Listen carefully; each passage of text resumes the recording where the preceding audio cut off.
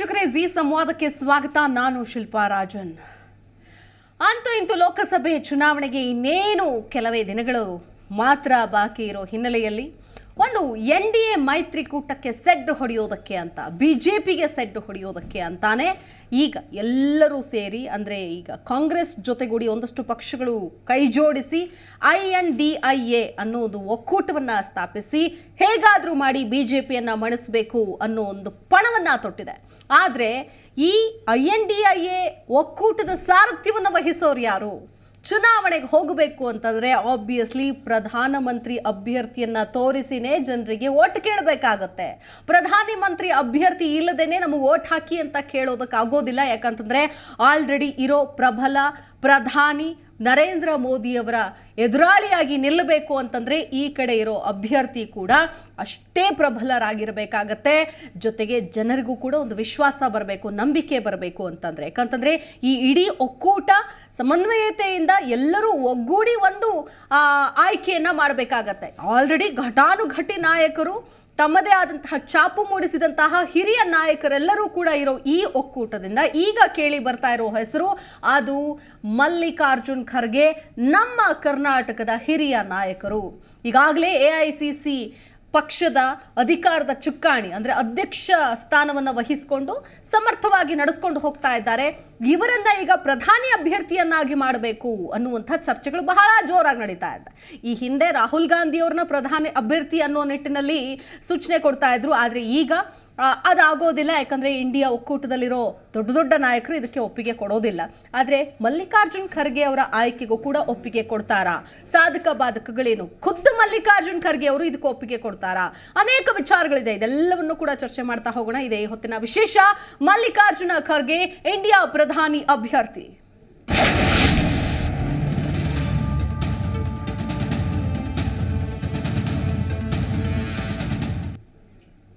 ಎರಡು 2024ರ ಲೋಕಸಭೆ ಚುನಾವಣೆಗೆ ಈಗಾಗಲೇ ರಾಜಕೀಯ ಪಕ್ಷಗಳು ಸಜ್ಜಾಗಿವೆ. ಏನ್ ಮಾಡಬೇಕು, ಯಾರು ನಿಲ್ಲಿಸಬೇಕು, ಲೆಕ್ಕಾಚಾರಗಳು ನಡೀತಾ ಇದೆ. ಯಾವ ಕ್ಷೇತ್ರಕ್ಕೆ ಯಾರು?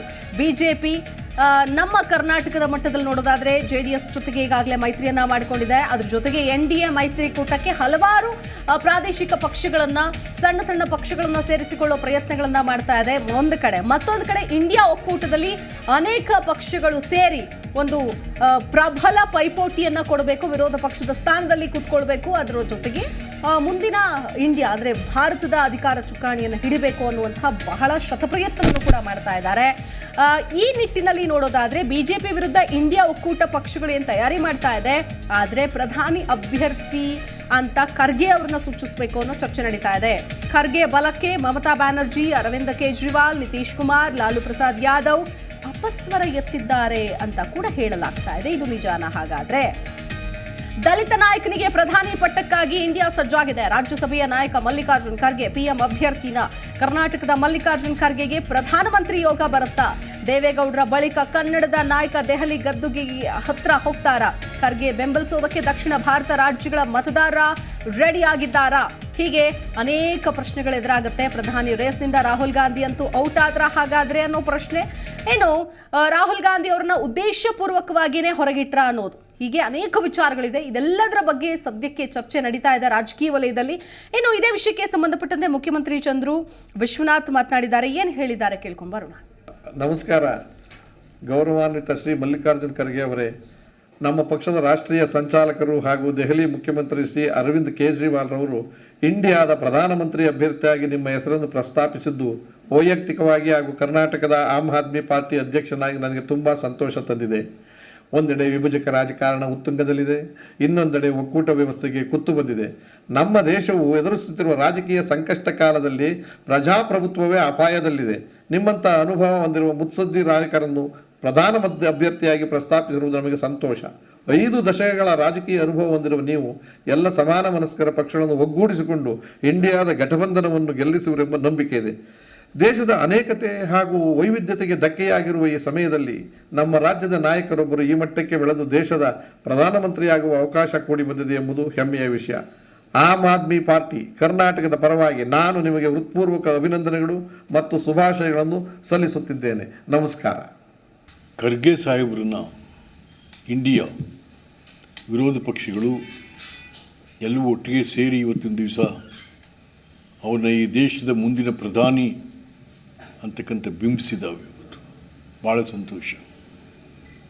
ಜನತಂತ್ರ ವ್ಯವಸ್ಥೆಯನ್ನು ಒಪ್ಪಿರ್ತಕ್ಕಂಥ ಯಾವುದೇ ಜನತಂತ್ರವಾದಿಗಳು ಒಪ್ಪುವಂಥ ಕೆಲಸ ಆಯಿತು. ಒಪ್ಪುವಂಥ ತೀರ್ಮಾನ ಅಂದರೆ ತಪ್ಪಾಗಲಾರದು. ಯಾಕೆ ನಮ್ಮ ರಾಜ್ಯದಿಂದ ದೇವೇಗೌಡರು ಪ್ರಧಾನಮಂತ್ರಿಯಾಗಿದ್ದರು. ಬಹುಶಃ ಇನ್ನೊಂದು ಅವಕಾಶ ನಮ್ಮ ರಾಜ್ಯಕ್ಕಾದರೆ, ಏಕೆಂದರೆ ಖರ್ಗೆಯವರೇನು ಸಾಮಾನ್ಯರಲ್ಲ. ಖರ್ಗೆಯವರು ಒಬ್ಬ ಸಾಮಾನ್ಯನ ಮಗನಾಗಿ ಹುಟ್ಟಿ ಒಬ್ಬ ಕಾರ್ಮಿಕನ ಮಗನಾಗಿ LLM ಮಾಡಿದವರು, ಲಾಯರ್ ಆಗಿದ್ದವರು, ಭಾಳ ಎತ್ತರಕ್ಕೆ ಓದ್ಕೊಂಡಂಥವ್ರು. ಅದು ನಮ್ಮ ಈ ಶೋಷಿತ ಸಮುದಾಯಗಳಿಂದ ಬಂದಂಥವರು. ಈ ರಾಜ್ಯದಲ್ಲಿ ಶಾಸಕರಾಗಿ, ಸಚಿವರಾಗಿ,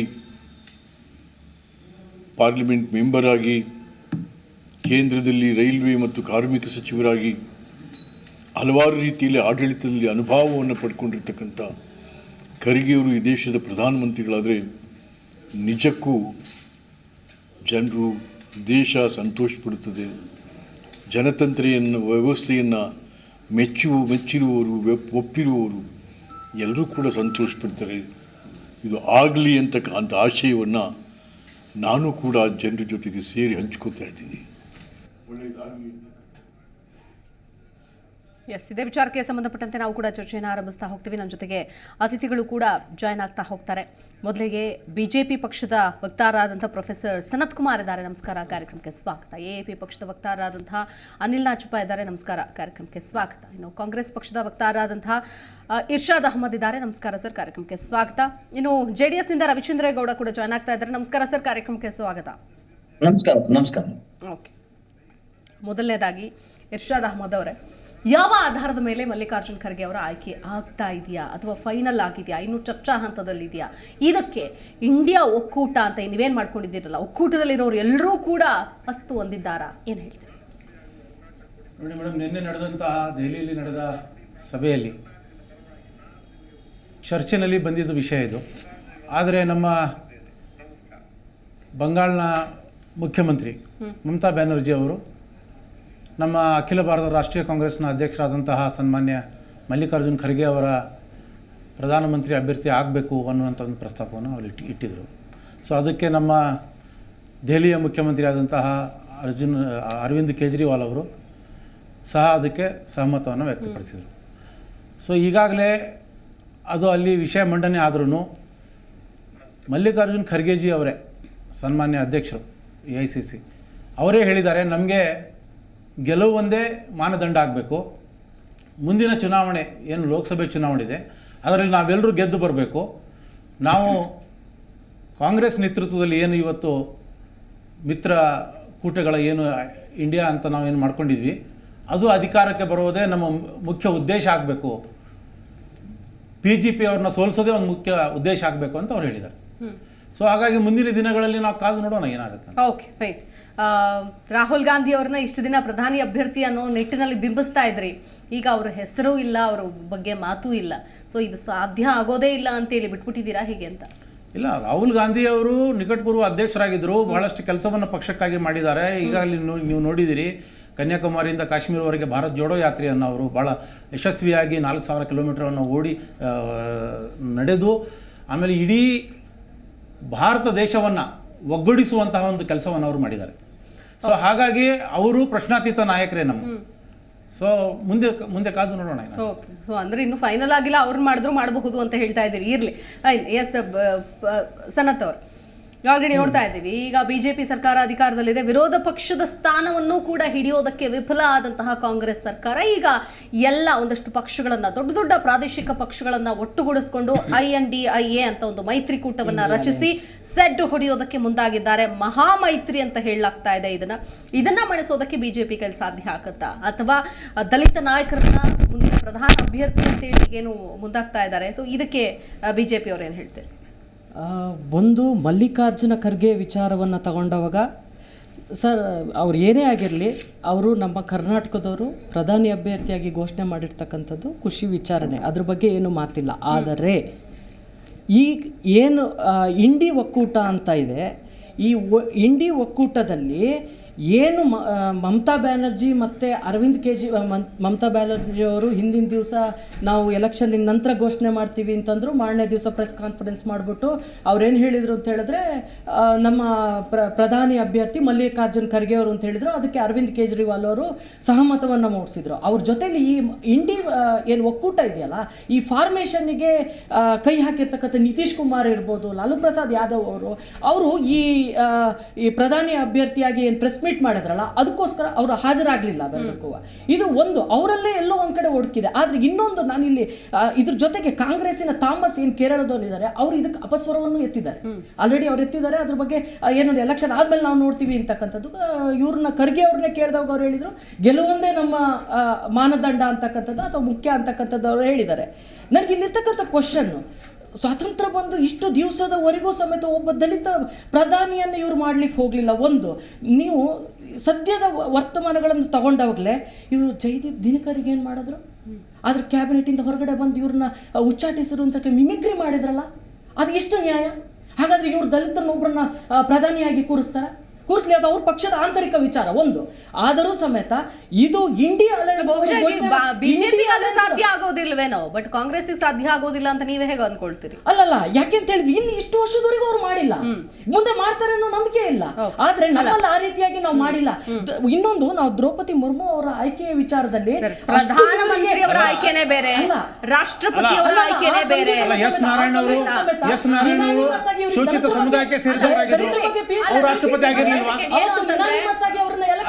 ಬೇರೆ ಬೇರೆ ಧರ್ಮದ ಬೇರೆ ಬೇರೆ ಜಾತಿಯವರನ್ನ ರಾಷ್ಟ್ರಪತಿ ಹುದ್ದೆಯಲ್ಲಿ ನೋಡಿದಂತಹ ದೇಶ ನಮ್ಮದು. ಆ ಒಂದು ಹೆಗ್ಗಳಿಕೆ ಕೂಡ ನಮಗಿದೆ.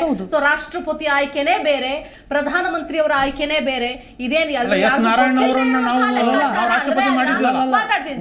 ಅನಿಲ್ ಆಚಪ್ಪ ಅವರೇ, ಒಕ್ಕೂಟದ ಭಾಗವಾಗಿದ್ದೀರಿ, ಸಹಮತ ಇದೆಯಾ ಮಲ್ಲಿಕಾರ್ಜುನ್ ಖರ್ಗೆ ಅವರು ಅಭ್ಯರ್ಥಿ ಅಂತ ಘೋಷಣೆ ಮಾಡಿದ್ರು? ನಾವೇ ನಮ್ಮ ಪಾರ್ಟಿ ಅರವಿಂದ್ ಕೇಜ್ರಿವಾಲ್ ಅವರೇ ಸೆಕೆಂಡ್ ಹೆಡ್ ಮಾಡಿದ್ದು ಪ್ರಪೋಸಲ್. ಮಮತಾ ಬ್ಯಾನರ್ಜಿ ಮೇಡಮ್ ಮಾಡಿದ್ರು, ಸೆಕೆಂಡ್ ನಾವು ಮಾಡಿರೋದು. ಮತ್ತು BJP ಅವರು ಇಂಡಿ ಅಂತಾರೆ, ಇಂಡಿ ಅಲ್ಲ, ಇಂಡಿಯಾ, INDIA. ಅದು ಯಾಕಂದರೆ ಅಲ್ಲಲ್ಲ, ನಿಮಗೆ ಅನಿಸ್ಬೋದು. ಹೌದು, ಅಲ್ಲ, ನಾನು ಹೇಳ್ತಿದ್ದೀನಿ, ನಾನು ಉಪಯೋಗಿಸ್ತೀನಿ, ಯಾಕಂದರೆ ನನಗೆ ತುಂಬ ಹೆಮ್ಮೆ ಇದೆ ಅದ್ರ ಬಗ್ಗೆ. ಆಮೇಲೆ ಇನ್ನೊಂದು, ಮಲ್ಲಿಕಾರ್ಜುನ ಖರ್ಗೆ ಸಾಹೇಬ್ರ ಹೆಸರು ಹೊರಗೆ ಬಂದ ತಕ್ಷಣ BJP ಅವರಿಗೊಂಥರ ಯಾಕೋ ಒಂದು ತಲ್ಲಣ ಕಾಣಿಸ್ತಾ ಇದೆ. ಯಾಕಂದರೆ ಈ ಮಲ್ಲಿಕಾರ್ಜುನ ಖರ್ಗೆ ಅನ್ನೋ ಒಬ್ಬರು ಏನಂದರೆ ರಾಜಕೀಯ ಯಾವತ್ತೂ ನಿಂತ ನೀರಲ್ಲ ಅನ್ನೋದಕ್ಕೊಂದು ಉದಾಹರಣೆ ಆಗುತ್ತೆ. ಯಾಕಂದರೆ ಇಷ್ಟು ವರ್ಷಗಳ ಸತತವಾದ ರಾಜಕೀಯ ಸೇವೆ ಇವತ್ತು ನಾವು ನಮ್ಮ ಪಾರ್ಟಿ ಆಮ್ ಆದ್ಮಿ ಪಾರ್ಟಿನೂ ಗುರುತಿಸಿದ್ದೀವಿ. ಅದೇ ಥರ ಎಲ್ಲ ಇಂಡಿಯಾ ಒಕ್ಕೂಟನೂ ಒಕ್ಕರಳಿಂದ ಇದನ್ನು ಸ್ವಾಗತಿಸಿದ್ದಾರೆ. ಮತ್ತು ಮಲ್ಲಿಕಾರ್ಜುನ ಖರ್ಗೆ ಅವರು ಯಾವ ಭಾಗದಿಂದ ಬರ್ತಾರೆ ಅನ್ನೋದನ್ನ ಮುಖ್ಯವಾಗಿ ನೋಡಬೇಕು. ಒಂದು, ನಮ್ಮ ಕರ್ನಾಟಕದಿಂದ ಬಂದವರು, ಇಲ್ಲಿ ಹೋಮ್ ಮಿನಿಸ್ಟರ್ ಆಗಿ ಕೆಲಸ ಮಾಡಿದವರು. ಇವರು ಯಾವಾಗಲೂ ಇಲ್ಲಿ ಚೀಫ್ ಮಿನಿಸ್ಟರ್ ಆಗಿರ್ಬೋದಿತ್ತು. ಅದು ಕಾರಣಾಂತರಗಳಿಂದ ಅವ್ರು ಆಗಲಿಲ್ಲ. ಆದರೆ ಇವತ್ತು ಬಿಡಲಿಲ್ಲ. ಅಲ್ಲ, ನಾವಿರ್ಲಿಲ್ಲ ಅವಾಗ, ನಾವಿರ್ಲಿಲ್ಲ, ನಾನು ಹೇಳ್ತಾ ಇರೋದು ನಾವಿರ್ಲಿಲ್ಲ. ಒಂದು ನಿಮಿಷ. ಆಮೇಲೆ ಇನ್ನೊಂದು ವಿಷಯ, ಅವರು ಎಲ್ಲಿಂದ ಬರ್ತಾ ಇದ್ದಾರೆ ಅಂದರೆ, ಇಡೀ ಭಾರತ ದೇಶದಲ್ಲಿ ಬಹುಸಂಖ್ಯಾತ ಶೋಷಣೆಗೆ ಒಳಗಾದ ಒಂದು ಕಮ್ಯುನಿಟಿಯಿಂದ ಬರ್ತಾರೆ. ಇಡೀ ಉತ್ತರ ಭಾರತ, ನೀವು ಕಾಶ್ಮೀರದಿಂದ ಕನ್ಯಾಕುಮಾರಿ ತನಕ, ಕಚ್ಚಿಂದ ಮಣಿಪುರದ ಒಂದು ಮೂಲೆ ತನಕ ಈ ಶೋಷಿತ ವರ್ಗ ಇದೆ. ಆ ಶೋಷಿತ ಪಂಗಡದಿಂದ ಬಂದ ಒಬ್ಬ ವ್ಯಕ್ತಿ ನಮ್ಮ ದೇಶದ ಪ್ರಧಾನಿ ಆಗೋದಿದೆಯಲ್ಲ, ನಾವೆಲ್ಲ ನೋಡಬೇಕಾಗಿರೋಂಥ ಒಂದು ಸುದಿನ ಆಗಿರುತ್ತೆ. ಅದು ಇವತ್ತೇನಾಗಿದೆ ಅಂದರೆ, ಮಲ್ಲಿಕಾರ್ಜುನ ಖರ್ಗೆ ಅನ್ನೋ ಒಂದು ಹೆಸರು ಹೊರಗಡೆ ಬಂದ ತಕ್ಷಣ ಇಡೀ ದೇಶದ ರಾಜಕೀಯ ಚಿತ್ರಣವೇ ಬದಲಾಗೋಗಿದೆ. ನಾನು ನಮ್ಮ ಪಕ್ಷದ ಬಗ್ಗೆ ಹೇಳ್ತೀನಿ ಮೇಡಮ್. ನಮ್ಮ ಪಕ್ಷ ಆಮ್ ಆದ್ಮಿ ಪಕ್ಷ ನಾವು ಪ್ರತಿದಿನ ಹೋರಾಟಗಳಲ್ಲಿ ಹೋರಾಡ್ತಾ ಇದ್ವಿ. ಇವತ್ತೇನಾಗಿದೆ ಅಂದರೆ, ಒಂದು ದೊಡ್ಡ ಹುಮ್ಮಸ್ಸು ಬಂದಿದೆ ನಮಗೆ. ನಾವು 100% ಹೇಳ್ತೀವಿ, ನಮಗೆ ಕೂಡ ಎಷ್ಟು ಸೀಟ್ಗಳು ಕೊಡ್ತಾರಲ್ವ, ಅದರಲ್ಲಿ BJP ಜೊತೆ ಡೈರೆಕ್ಟ್ ಫೈಟ್ ಇರುತ್ತೆ. ನಾನು ಉದಾಹರಣೆ ಇನ್ನೊಂದು ಮಾತು ಹೇಳ್ತೀನಿ. 21 ಉತ್ತರ ಭಾರತದ ಡೆಲ್ಲಿ, ಪಂಜಾಬ್ ಮತ್ತು ಚಂಡೀಗಢಲ್ಲಿ, ಡೆಲ್ಲಿಯಲ್ಲಿ 7 ಸೀಟು, ಪಂಜಾಬಲ್ಲಿ 13 ಸೀಟು, ಚಂಡೀಗಢಲ್ಲಿ 1 ಸೀಟು, 21 ಸೀಟು ಡೈರೆಕ್ಟ್ ಫೈಟ್ ಇರುತ್ತೆ. BJPನ ನಾವು ಸೋಲಿಸ್ತೀವಿ.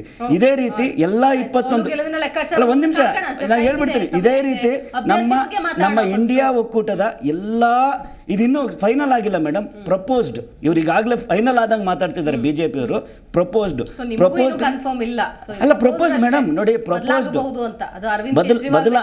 ಮಮತಾ ಬ್ಯಾನರ್ಜಿ ಆಗಿರ್ಬೋದು, ಮೇಡಮ್, ಪ್ರಪೋಸ್ಡ್ ಅಂದ್ರೆ ಇದನ್ನು ನಾವು ಚೇರಿಗೆ ಹಾಕಿರ್ತೀವಿ. ಇದರಲ್ಲಿ ನಾವೇ ಆಗಬೇಕು ಇವರೇ ಆಗಬೇಕು ಅಂತೇನಿಲ್ಲ.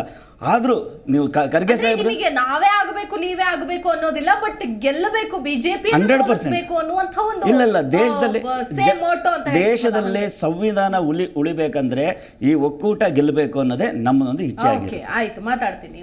ರವಿಚಂದ್ರೇಗೌಡ ಅವರೇ ನಮಸ್ಕಾರ. ಏನು ಹೇಳ್ತೀರಿ? ಮೊಟ್ಟ ಮೊದಲನೇದಾಗಿ INDIA ಒಕ್ಕೂಟದ ಕಡೆಯಿಂದ ಪ್ರಧಾನಿ ಅಭ್ಯರ್ಥಿಯನ್ನಾಗಿ ಮಲ್ಲಿಕಾರ್ಜುನ್ ಖರ್ಗೆ ಅವ್ರನ್ನ ಆಯ್ಕೆ ಮಾಡಬೇಕು ಅನ್ನೋ ಚರ್ಚೆ ನಡೀತಾ ಇದೆ. ಈಗಾಗಲೇ ಪ್ರಪೋಸಲ್ ಕೂಡ ಬಂದಿದೆ. ಒಂದು ಒಮ್ಮತದಿಂದ ಆಯ್ಕೆ ಆಗುತ್ತೆ ಅಂತ ಅನ್ಸುತ್ತೆ. ಒಂದು ನಮ್ಮ ಕರ್ನಾಟಕದವರು ಕನ್ನಡಿಗರು ಒಂದು ಹೆಮ್ಮೆ ಇದ್ದೇ ಇರುತ್ತೆ. ಆದ್ರೆ ಇಡೀ ಭಾರತದ ಅಧಿಕಾರ ಚುಕ್ಕಾಣಿ ಅಂತ ಅಂದಾಗ ಈಗ ಬಿಜೆಪಿಗೆ ಪ್ರಬಲ ಪೈಪೋಟಿ ಕೊಡಬೇಕು, ದಲಿತ ಮತಗಳನ್ನ ಸೆಳೆಬೇಕು, ಮತದಾರರ ಮತಗಳ ಲೆಕ್ಕಾಚಾರಗಳು ಇದ್ದೇ ಇರುತ್ತೆ. ಅದು ಪ್ರತಿ ಚುನಾವಣೆ, ಅದು ಲೋಕಸಭೆ ಆಗಿರ್ಬೋದು, ವಿಧಾನಸಭೆ ಆಗಿರ್ಬೋದು, ಅದು ನೋಡ್ಕೊಂಡೇ ಬಂದಿದ್ದೀವಿ ನಾವು. ಏನ್ ಹೇಳ್ತೀರಿ? ಖಂಡಿತ. ಭಾರತ ದೇಶಕ್ಕೆ ಸ್ವಾತಂತ್ರ್ಯ ಬಂದು ಸುಮಾರು 76 ವರ್ಷಗಳು ಸಂದಿದೆ. ಇಷ್ಟು ವರ್ಷಗಳು ಆಗಿದ್ರು ಕೂಡ ಕಾಂಗ್ರೆಸ್ ಬಹಳ ಸರಿ ಬಹುಮತ ಬಂದಿದ್ರು. ಕರ್ನಾಟಕದಲ್ಲಿ ಖರ್ಗೆ ಅವರಿಗೆ ಮುಖ್ಯಮಂತ್ರಿ ಮಾಡುವಂತ ಅವಕಾಶ ಇದ್ರು ಕೂಡ ಕಾಂಗ್ರೆಸ್ ಅವಕಾಶ ಮಾಡಿಕೊಟ್ಟಿಲ್ಲ. ಇನ್ನು ಒಂದು ಮುಖ್ಯಮಂತ್ರಿ ಸ್ಥಾನನೇ ಕೊಡದೇ ಇರೋ ಕಾಂಗ್ರೆಸ್ ಈ ದೇಶದ ಪ್ರಧಾನಮಂತ್ರಿ ಮಾಡುತ್ತೆ ಅನ್ನೋದು ನನಗೆ ನಂಬಿಕೆ ಇಲ್ಲ. ಜೊತೆಗೆ ಒಕ್ಕೂಟದಲ್ಲಿ 26 ಸರ್, ಪ್ರಧಾನಮಂತ್ರಿ ಮಾಡೋದು ಬಿಡೋದು ಅಂದ್ರೆ ಗೆಲ್ಲೋದು ಬಿಡೋದು ಜನಕ್ಕೆ ಸೇರಿದ್ದು. ಇಲ್ಲಿ ಅಭ್ಯರ್ಥಿಗಳ ಘೋಷಣೆ ಮಾಡ್ಬೇಕಷ್ಟೇ. ಇಲ್ಲಿ ನಾನು ಹೇಳ್ತಿರೋದಂಗೆ ಬಹುಮತ ಬಂದಿತ್ತು ಕಾಂಗ್ರೆಸ್ ಯಾವತ್ತೂ ಅವ್ರನ್ನ ಖರ್ಗೆ ಅವ್ರನ್ನ ಮುಖ್ಯಮಂತ್ರಿ ಮಾಡಕ್ಕೆ ಪ್ರಯತ್ನ ಪಡ್ಲಿಲ್ಲ. ಕಾಂಗ್ರೆಸ್ ಲೋಕಸಭೆನಲ್ಲೂ ಬಹುಮತ ಬಂದಾಗ್ಲೂ ಯಾವುದೇ ಒಬ್ಬ ದಲಿತ ಪ್ರಧಾನಮಂತ್ರಿ ಮಾಡಕ್ಕೆ ಪ್ರಯತ್ನ ಪಟ್ಟಿಲ್ಲ. ಇಂಥ ಒಂದು ಸಂದರ್ಭದಲ್ಲಿ ಇವರು ಯಾವುದೇ ಕಾರಣಕ್ಕೂ ಮಾಡ್ತಾರೆ ಅನ್ನೋ ನಂಬಿಕೆ ನನಗಿಲ್ಲ. ಜೊತೆಗೆ ಒಟ್ಟು 26 ಪಕ್ಷಗಳು ಒಕ್ಕೂಟದಲ್ಲಿ ಮಾಡ್ತಾರೆ ಅನ್ನೋ ನಂಬಿಕೆ ಇಲ್ಲ ಅಂದ್ರೆ ಈಗ ಪ್ರಪೋಸಲ್ ಬಂದಿದೆಯಲ್ಲ, ಇದು ಸುಮ್ಮನೆ ಇದು ಬದಲಾವಣೆ ಆಗುತ್ತೆ ಅಂತನಾ, ಅಥವಾ ಇನ್ ಕೇಸ್ ಗೆದ್ರೆ ಅವಾಗ ಬದಲಾಯಿಸಬಹುದು ಅಂತನಾ? ಯಾವ ಲೆಕ್ಕಾಚಾರದಲ್ಲಿ ಹೇಳ್ತಾ ಇದ್ದೀರಿ ರವಿಚಂದ್ರೇಗೌಡ್ರೆ? ನನಗೆ ಇದು ಒಕ್ಕೂಟ ಗೆಲ್ಲುತ್ತೆ ಅನ್ನೋದೇ ನಂಬಿಕೆ ಇಲ್ಲ ನನಗೆ. ಅಲ್ಲ, ಅದನ್ನ ಆಮೇಲೆ ಮಾತಾಡೋಣ. ಈಗ ಪ್ರಧಾನಿ ಆಯ್ಕೆ ಬಗ್ಗೆ ಮಾತಾಡೋಣ ಅಲ್ವಾ? ಪ್ರಧಾನಿ ಆಯ್ಕೆ ಸೂಕ್ತ, ಎಷ್ಟು ಸೂಕ್ತ? ಮತಗಳನ್ನ ಲೆಕ್ಕಾಚಾರ ಹಾಕಿ ಮಾಡ್ತಾ ಇದ್ದಾರೆ. ದಲಿತ ಮತಗಳು ಅಥವಾ ಶೋಷಿತ ವರ್ಗದ ಮತಗಳು ಬಂದೇ ಬರುತ್ತೆ ಕಾಂಗ್ರೆಸ್ಗೆ ಅನ್ನುವಂಥ ಲೆಕ್ಕಾಚಾರಗಳಾಗಿರ್ಬೋದು, ಅನೇಕ ಲೆಕ್ಕಾಚಾರಗಳಿದೆ ಇದರಲ್ಲಿ. ಅದ್ರ ಬಗ್ಗೆ ಮಾತಾಡೋಣ. ಸೋಲು ಗೆಲುವು ನಂತರ ಸರ್, ನೀವು ಡಿಸೈಡ್ ಮಾಡಕ್ಕಾಗಲ್ಲ, ನಾವು ಡಿಸೈಡ್ ಮಾಡಕ್ಕಾಗಲ್ಲ, ಜನ ಡಿಸೈಡ್ ಮಾಡಬೇಕು. ನೇರವಾಗಿ ಆಯ್ಕೆ ಆಗುವಂತಹ ಚುನಾವಣೆ, ಅದು ಲೋಕಸಭೆ ಆಗಿರ್ಬೋದು, ವಿಧಾನಸಭೆ ಆಗಿರ್ಬೋದು, ಜನರ ಕೈಯಲ್ಲಿದೆ ಅದು ಶಕ್ತಿ, ಸೋಲಿಸೋದು ಗೆಲ್ಲಿಸೋದು ಅಲ್ವಾ? ಈಗ ಒಕ್ಕೂಟದಲ್ಲಿ 26 ಪಕ್ಷಗಳಲ್ಲಿ ಒಪ್ಪಿಗೆ ಕೊಟ್ಟಿದ್ರೆ ಕೇವಲ 12 ಪಕ್ಷಗಳು. ಆ 12 ಪಕ್ಷಗಳು ಕಾಂಗ್ರೆಸ್ ಕೂಡ ಇಲ್ಲ. ನಾವು ಅಬ್ಸರ್ವ್ ಮಾಡೋದು, ಕಾಂಗ್ರೆಸ್ನ ಪಕ್ಷ ಸಹಮತ ವ್ಯಕ್ತಪಡಿಸಿಲ್ಲ. ಕೇವಲ ಮಮತಾ ಬ್ಯಾನರ್ಜಿ, ಅರವಿಂದ್ ಕೇಜ್ರಿವಾಲ್ ಮಾತ್ರ ಸಹಮತ ವ್ಯಕ್ತಪಡಿಸಿದ್ದಾರೆ. ಕಾಂಗ್ರೆಸ್ ಆ ರೀತಿ ಇದ್ದಿದೆ, ನಿನ್ನೆ ಸಹಮತ ವ್ಯಕ್ತಪಡಿಸಬಹುದಾಗಿತ್ತು, ಅವರು ಸಹಮತ ವ್ಯಕ್ತಪಡಿಸಿಲ್ಲ. ಆದ್ರಿಂದ ಎಲ್ಲ ಒಂದ್ ಕಡೆ ಕಾಂಗ್ರೆಸ್ಗೆ ಮಲ್ಲಿಕಾರ್ಜುನ್ ಖರ್ಗೆ ಹೆಸರನ್ನು ಹೇಳಿರೋದ್ರಿಂದ ಅವ್ರಿಗೆ ಒಂಥರ ಮುಜುಗರ ಆಗಿದೆ. ಕಾಂಗ್ರೆಸ್ಗೆ ಮುಜುಗರ ಆಗಿದೆ ಅಂತನಾ ಸರ್? ಖರ್ಗೆ ಅವರ ಹೆಸರು ರಾಹುಲ್ ಗಾಂಧಿ ಹೆಸರನ್ನ ಹೇಳಿದೇನೆ, ಖರ್ಗೆ ಅವರ ಹೆಸರು ಪ್ರಪೋಸಲ್ ಮಾಡಿರೋದ್ರಿಂದ ನಿಮ್ ಪ್ರಕಾರ ಕಾಂಗ್ರೆಸ್ಸಿಗೆ ಯಾರನ್ನ ಮಾಡ್ಬೇಕು ಅಂತಿತ್ತು ಅಂತ? ಕಾಂಗ್ರೆಸ್ಗೆ ರಾಹುಲ್ ಗಾಂಧಿ ಅವ್ರನ್ನೇ ಮಾಡ್ಬೇಕು ಅನ್ನೋ ಅನಿಸಿಕೆ ಇತ್ತು. ಇವ್ರಿಗೆ ಅದೇ ಇಷ್ಟ. ಯಾರು ಹೇಳಿದ್ದಾರೆ? ಇವ್ರಿಗೆ ಇಷ್ಟ. ಯಾರು ಹೇಳಿದ್ದಾರೆ ನಾವು ಪ್ರಧಾನಮಂತ್ರಿಯಾಗಿ ಪಕ್ಷದ ರಾಷ್ಟ್ರೀಯ ಅಧ್ಯಕ್ಷರಾದಂತ ಮಲ್ಲಿಕಾರ್ಜುನ್ ಖರ್ಗೆ ಅವರು ಮಾತಾಡ್ತಾರೆ. ನೀವೇ ಹೇಳೋದಾದ್ರೆ ಕಾಂಗ್ರೆಸ್ ಕೇಳೋ ಪ್ರಶ್ನೆ ಎಲ್ಲ ನಾನು ನಿಮಗೆ ಕೇಳ್ತೀನಿ. ಯಾರಾದ್ರೂ ಈಗ ಬಹಿರಂಗವಾಗಿ ನಾವು ಮುಂದಿನ ಅಧ್ಯಕ್ಷ ಅಥವಾ ಪ್ರಧಾನಮಂತ್ರಿ ಸ್ಥಾನದಲ್ಲಿ ಅಥವಾ ಅಭ್ಯರ್ಥಿಯನ್ನಾಗಿ ರಾಹುಲ್ ಗಾಂಧಿ ಅವರನ್ನಾಗಿ ಘೋಷಿಸ್ತೀವಿ ಅಂತ ಹೇಳಿಕೆ ಕೊಟ್ಟಿದ್ದಾರಾ? ನನಗೆ ಕೇಳ್ತದೆ ಮೇಡಮ್. ಹೌದೌದು, ನಿಮಗೆ ಖಂಡಿತವಾಗಲೂ ಯಾರು ಘೋಷಣೆ ಮಾಡಿಲ್ಲ. ಆದ್ರೂ ಕಾಂಗ್ರೆಸ್ ನಲ್ಲಿ ಒಂದು ನಂಬಿಕೆ ಇರೋದು, ಯಾಕೆಂದ್ರೆ ಇಂದಿರಾ ಗಾಂಧಿ, ರಾಹುಲ್ ಗಾಂಧಿ ಬಂದು ಕುಟುಂಬ ರಾಜಕೀಯನೇ ಮಾಡ್ಕೊಂಡು ಬಂದಾಗ ಅವ್ರಿಗೆ ನಂತರ ಪ್ರಧಾನಮಂತ್ರಿಯಾಗಿ ರಾಹುಲ್ ಗಾಂಧಿನ ನೋಡ್ಬೇಕು ಅನ್ನೋ ಆಸೆ ಇದೆ. ಆ ಕಾರಣದಿಂದ ಅವರು ರಾಹುಲ್ ಗಾಂಧಿನ ಬೆಂಬಲಿಸ್ಕೊಂಡು ಬಂದಿದ್ದಾರೆ. ಆದ್ರೆ ಅವರು ಇನ್ಯಾರನ್ನ ಅಷ್ಟು ಸುಲಭವಾಗಿ ಯಾರನ್ನು ಮಾಡೋದಕ್ಕೆ ರೆಡಿ ಇಲ್ಲ ಅಂತ ನನ್ನ ಅನಿಸಿಕೆ ಮೇಡಮ್. ಓಕೆ, ಇರ್ಷಾದ್ ಅವ್ರು, ಈಗೇನು ಅಂತಂದ್ರೆ ಇಲ್ಲಿ ಕೇವಲ ಇಂಡಿಯಾ ಒಕ್ಕೂಟದಿಂದ ಘೋಷಣೆ ಮಾಡುವ ಪ್ರಧಾನಿ ಅಭ್ಯರ್ಥಿಯ ವಿಷಯ ಅಲ್ಲ. ಇಲ್ಲಿ ಸತತ 10 ವರ್ಷಗಳಿಂದ ಅಧಿಕಾರದ ಚುಕ್ಕಾಣಿಯನ್ನ ಹಿಡಿದು ದೇಶವನ್ನು ಮುನ್ನಡೆಸ್ತಾ ಇರುವಂತಹ ಪ್ರಧಾನಿ ನರೇಂದ್ರ ಮೋದಿ ಅವರು, ಬಿಜೆಪಿ ಇಲ್ಲಿ ಗುರುತಿಸಿಕೊಂಡಿರುವಂತಹ ಅಥವಾ ಬಿಜೆಪಿಯ ಸಂಪೂರ್ಣ ಒಂದು ಅಧಿಕಾರದ ಒಂದು ಇದನ್ನ ತೆಗೆದುಕೊಂಡಿರುವಂತಹ ಪ್ರಬಲ ನಾಯಕ ಅಂತ ಗುರುತಿಸ್ಕೊಂಡಿದ್ದಾರೆ. ಈಗಾಗಲೇ ವಿಶ್ವಾದ್ಯಂತ ಕೂಡ ಗುರುತಿಸ್ಕೊಂಡಿರುವಂತಹ ಒಬ್ಬ ಪ್ರಬಲ ನಾಯಕ ಅಂತ ಹೇಳ್ಬೋದು. ಈ ನಾಯಕರ ವಿರುದ್ಧ ಒಬ್ಬ ಅಭ್ಯರ್ಥಿಯನ್ನ ನೀವು ಘೋಷಣೆ ಮಾಡ್ತೀರಿ ಅಂತಂದಾಗ ಅಲ್ಲಿ ಒಂದಷ್ಟು ತೂಕಗಳು ಲೆಕ್ಕಾಚಾರ ಆಗತ್ತೆ. ಅಂದರೆ ಇವರಿಗೆ ಪ್ರಬಲ ಪೈಪೋಟಿ ಕೊಡಬಲ್ಲರ ಇವರು. ಆಬ್ವಿಯಸ್ಲಿ ರಾಹುಲ್ ಗಾಂಧಿ ಅವರನ್ನ ಸದ್ಯದ ಮಟ್ಟಿಗೆ ನೀವು ಘೋಷಣೆ ಮಾಡೋದಕ್ಕಾಗೋದಿಲ್ಲ. ಬಿಕಾಸ್ ಅವರಿಗೆ ಇರುವಂತಹ ವರ್ಚಸ್ಸಾಗಿರ್ಬೋದು, ಅಥವಾ BJP ಅವ್ರನ್ನ ಅವರು ಬಿಂಬಿಸಿರೋರಾಗಿರ್ಬೋದು, ಅಥವಾ ನೀವೇ ಅವ್ರನ್ನ ಆ ರೀತಿಯಾಗಿ ಬಿಂಬಿಸಿದ್ರೋ ಗೊತ್ತಿಲ್ಲ. ದಟ್ಸ್ ಫೈನ್, ಅದ ನಂತರ ಮಾತನಾಡೋಣ. ಆದರೆ ಮಲ್ಲಿಕಾರ್ಜುನ್ ಖರ್ಗೆ ಅವರು ಪ್ರಬಲ ಪೈಪೋಟಿಯನ್ನ ನರೇಂದ್ರ ಮೋದಿ ಅನ್ನೋ ಒಬ್ಬ ನಾಯಕನಿಗೆ ಕೊಡೋದಕ್ಕಾಗತ್ತಾ? ಏನು ಹೇಳ್ತೀರಿ? ಹೌದು, ಆಬ್ವಿಯಸ್ಲಿ ಒಬ್ಬ ಹಿರಿಯ ನಾಯಕ, ಮುತ್ಸದ್ದಿ ನಾಯಕ, ಅನೇಕ ವರ್ಷಗಳಿಂದ ರಾಜಕಾರಣ ನೋಡಿದ್ದಾರೆ, ಹಂತ ಹಂತವಾಗಿ ಮೇಲೇರಿದ್ದಾರೆ. ಆದರೆ ಈ ಹಂತದಲ್ಲಿ ಇವರಿಗೆ ಪೈಪೋಟಿ ಕೊಡ್ತಾರೆ ಅನ್ಸುತ್ತಾ? ಏನು ಹೇಳ್ತೀರಿ? ಮೇಡಮ್, ಮಲ್ಲಿಕಾರ್ಜುನ್ ಖರ್ಗೆಜಿ ಅವರ ನೇತೃತ್ವ ಕಾಂಗ್ರೆಸ್ ಪಕ್ಷಕ್ಕಿದೆ. ಕಾಂಗ್ರೆಸ್ ಪಕ್ಷದ ನೇತೃತ್ವದಲ್ಲಿ 28 ಪಕ್ಷಗಳು ಮಿತ್ರಕೂಟವಾಗಿ ಅಲ್ಲಿ ಸಭೆಯನ್ನು ಮಾಡ್ತಾ ಇದ್ದಾರೆ. ಸೊ ಹಾಗಾಗಿ ಇವರೇ ಹೇಳಿದ ಮೇಲೆ ಈಗಾಗಲೇ ಹೇಳಿದ್ದಾರೆ ಗೆಲ್ಲೋದು ಒಂದೇ ಮಾನದಂಡ ಆಗ್ಬೇಕಂತ.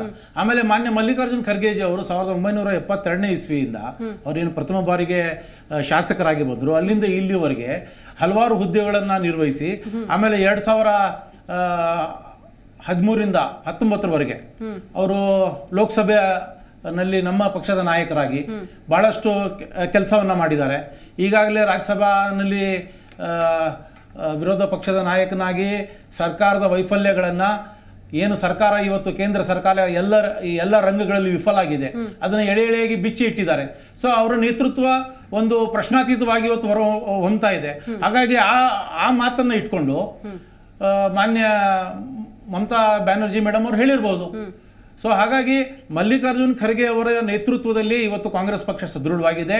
ಇಡೀ ಭಾರತ ದೇಶದಲ್ಲಿ ನಾವು ಈ ಸಲ 2024ರಲ್ಲಿ ಈ ಏನು ಜನ ವಿರೋಧಿ ಸರ್ಕಾರ ಇದೆ ಕೇಂದ್ರದಲ್ಲಿ, ಮಲ್ಲಿಕಾರ್ಜುನ್ ಖರ್ಗೆ ಅವರು ಏನ್ ಹೇಳ್ತಾರೆ ಅಂತಂದ್ರೆ, ಮೊದಲು ಗೆಲ್ಲೋದು ಮುಖ್ಯ, ನಂತರದಲ್ಲಿ ಅಭ್ಯರ್ಥಿ ಆಯ್ಕೆ ಅಥವಾ ಆಯ್ಕೆ ವಿಚಾರ ನಂತರದಲ್ಲಿ ಬರುತ್ತೆ, ಗೆಲ್ಲಬೇಕು ಅನ್ನೋದು ಮೊದಲು ಮುಖ್ಯ ಅಂತ ಅವರೇ ಹೇಳ್ತಾ ಇದ್ದಾರೆ. 28 ಪಕ್ಷಗಳು, ಅಲ್ಲ ಸರ್ ನನಗೆ ಕ್ವಶನ್ ಕೇಳ್ತಾರೆ, 28 ಪಕ್ಷಗಳ ಮಿತ್ರಕೂಟ ಒಂದು ಇಂಡಿಯಾ ಅಲೈನ್ಸ್ ಏನಿದೆ, ಅದರಲ್ಲಿ ಎಲ್ಲ ಪಕ್ಷಗಳ ನಾವು ಸಹಮತವನ್ನು ತೆಗೆದುಕೊಳ್ಬೇಕಾಗತ್ತೆ, ಎಲ್ಲರ ಒಂದು ಅಭಿಮತದಿಂದ ನಾವು ಮುಂದೆ ಹೋಗ್ಬೇಕಾಗತ್ತೆ.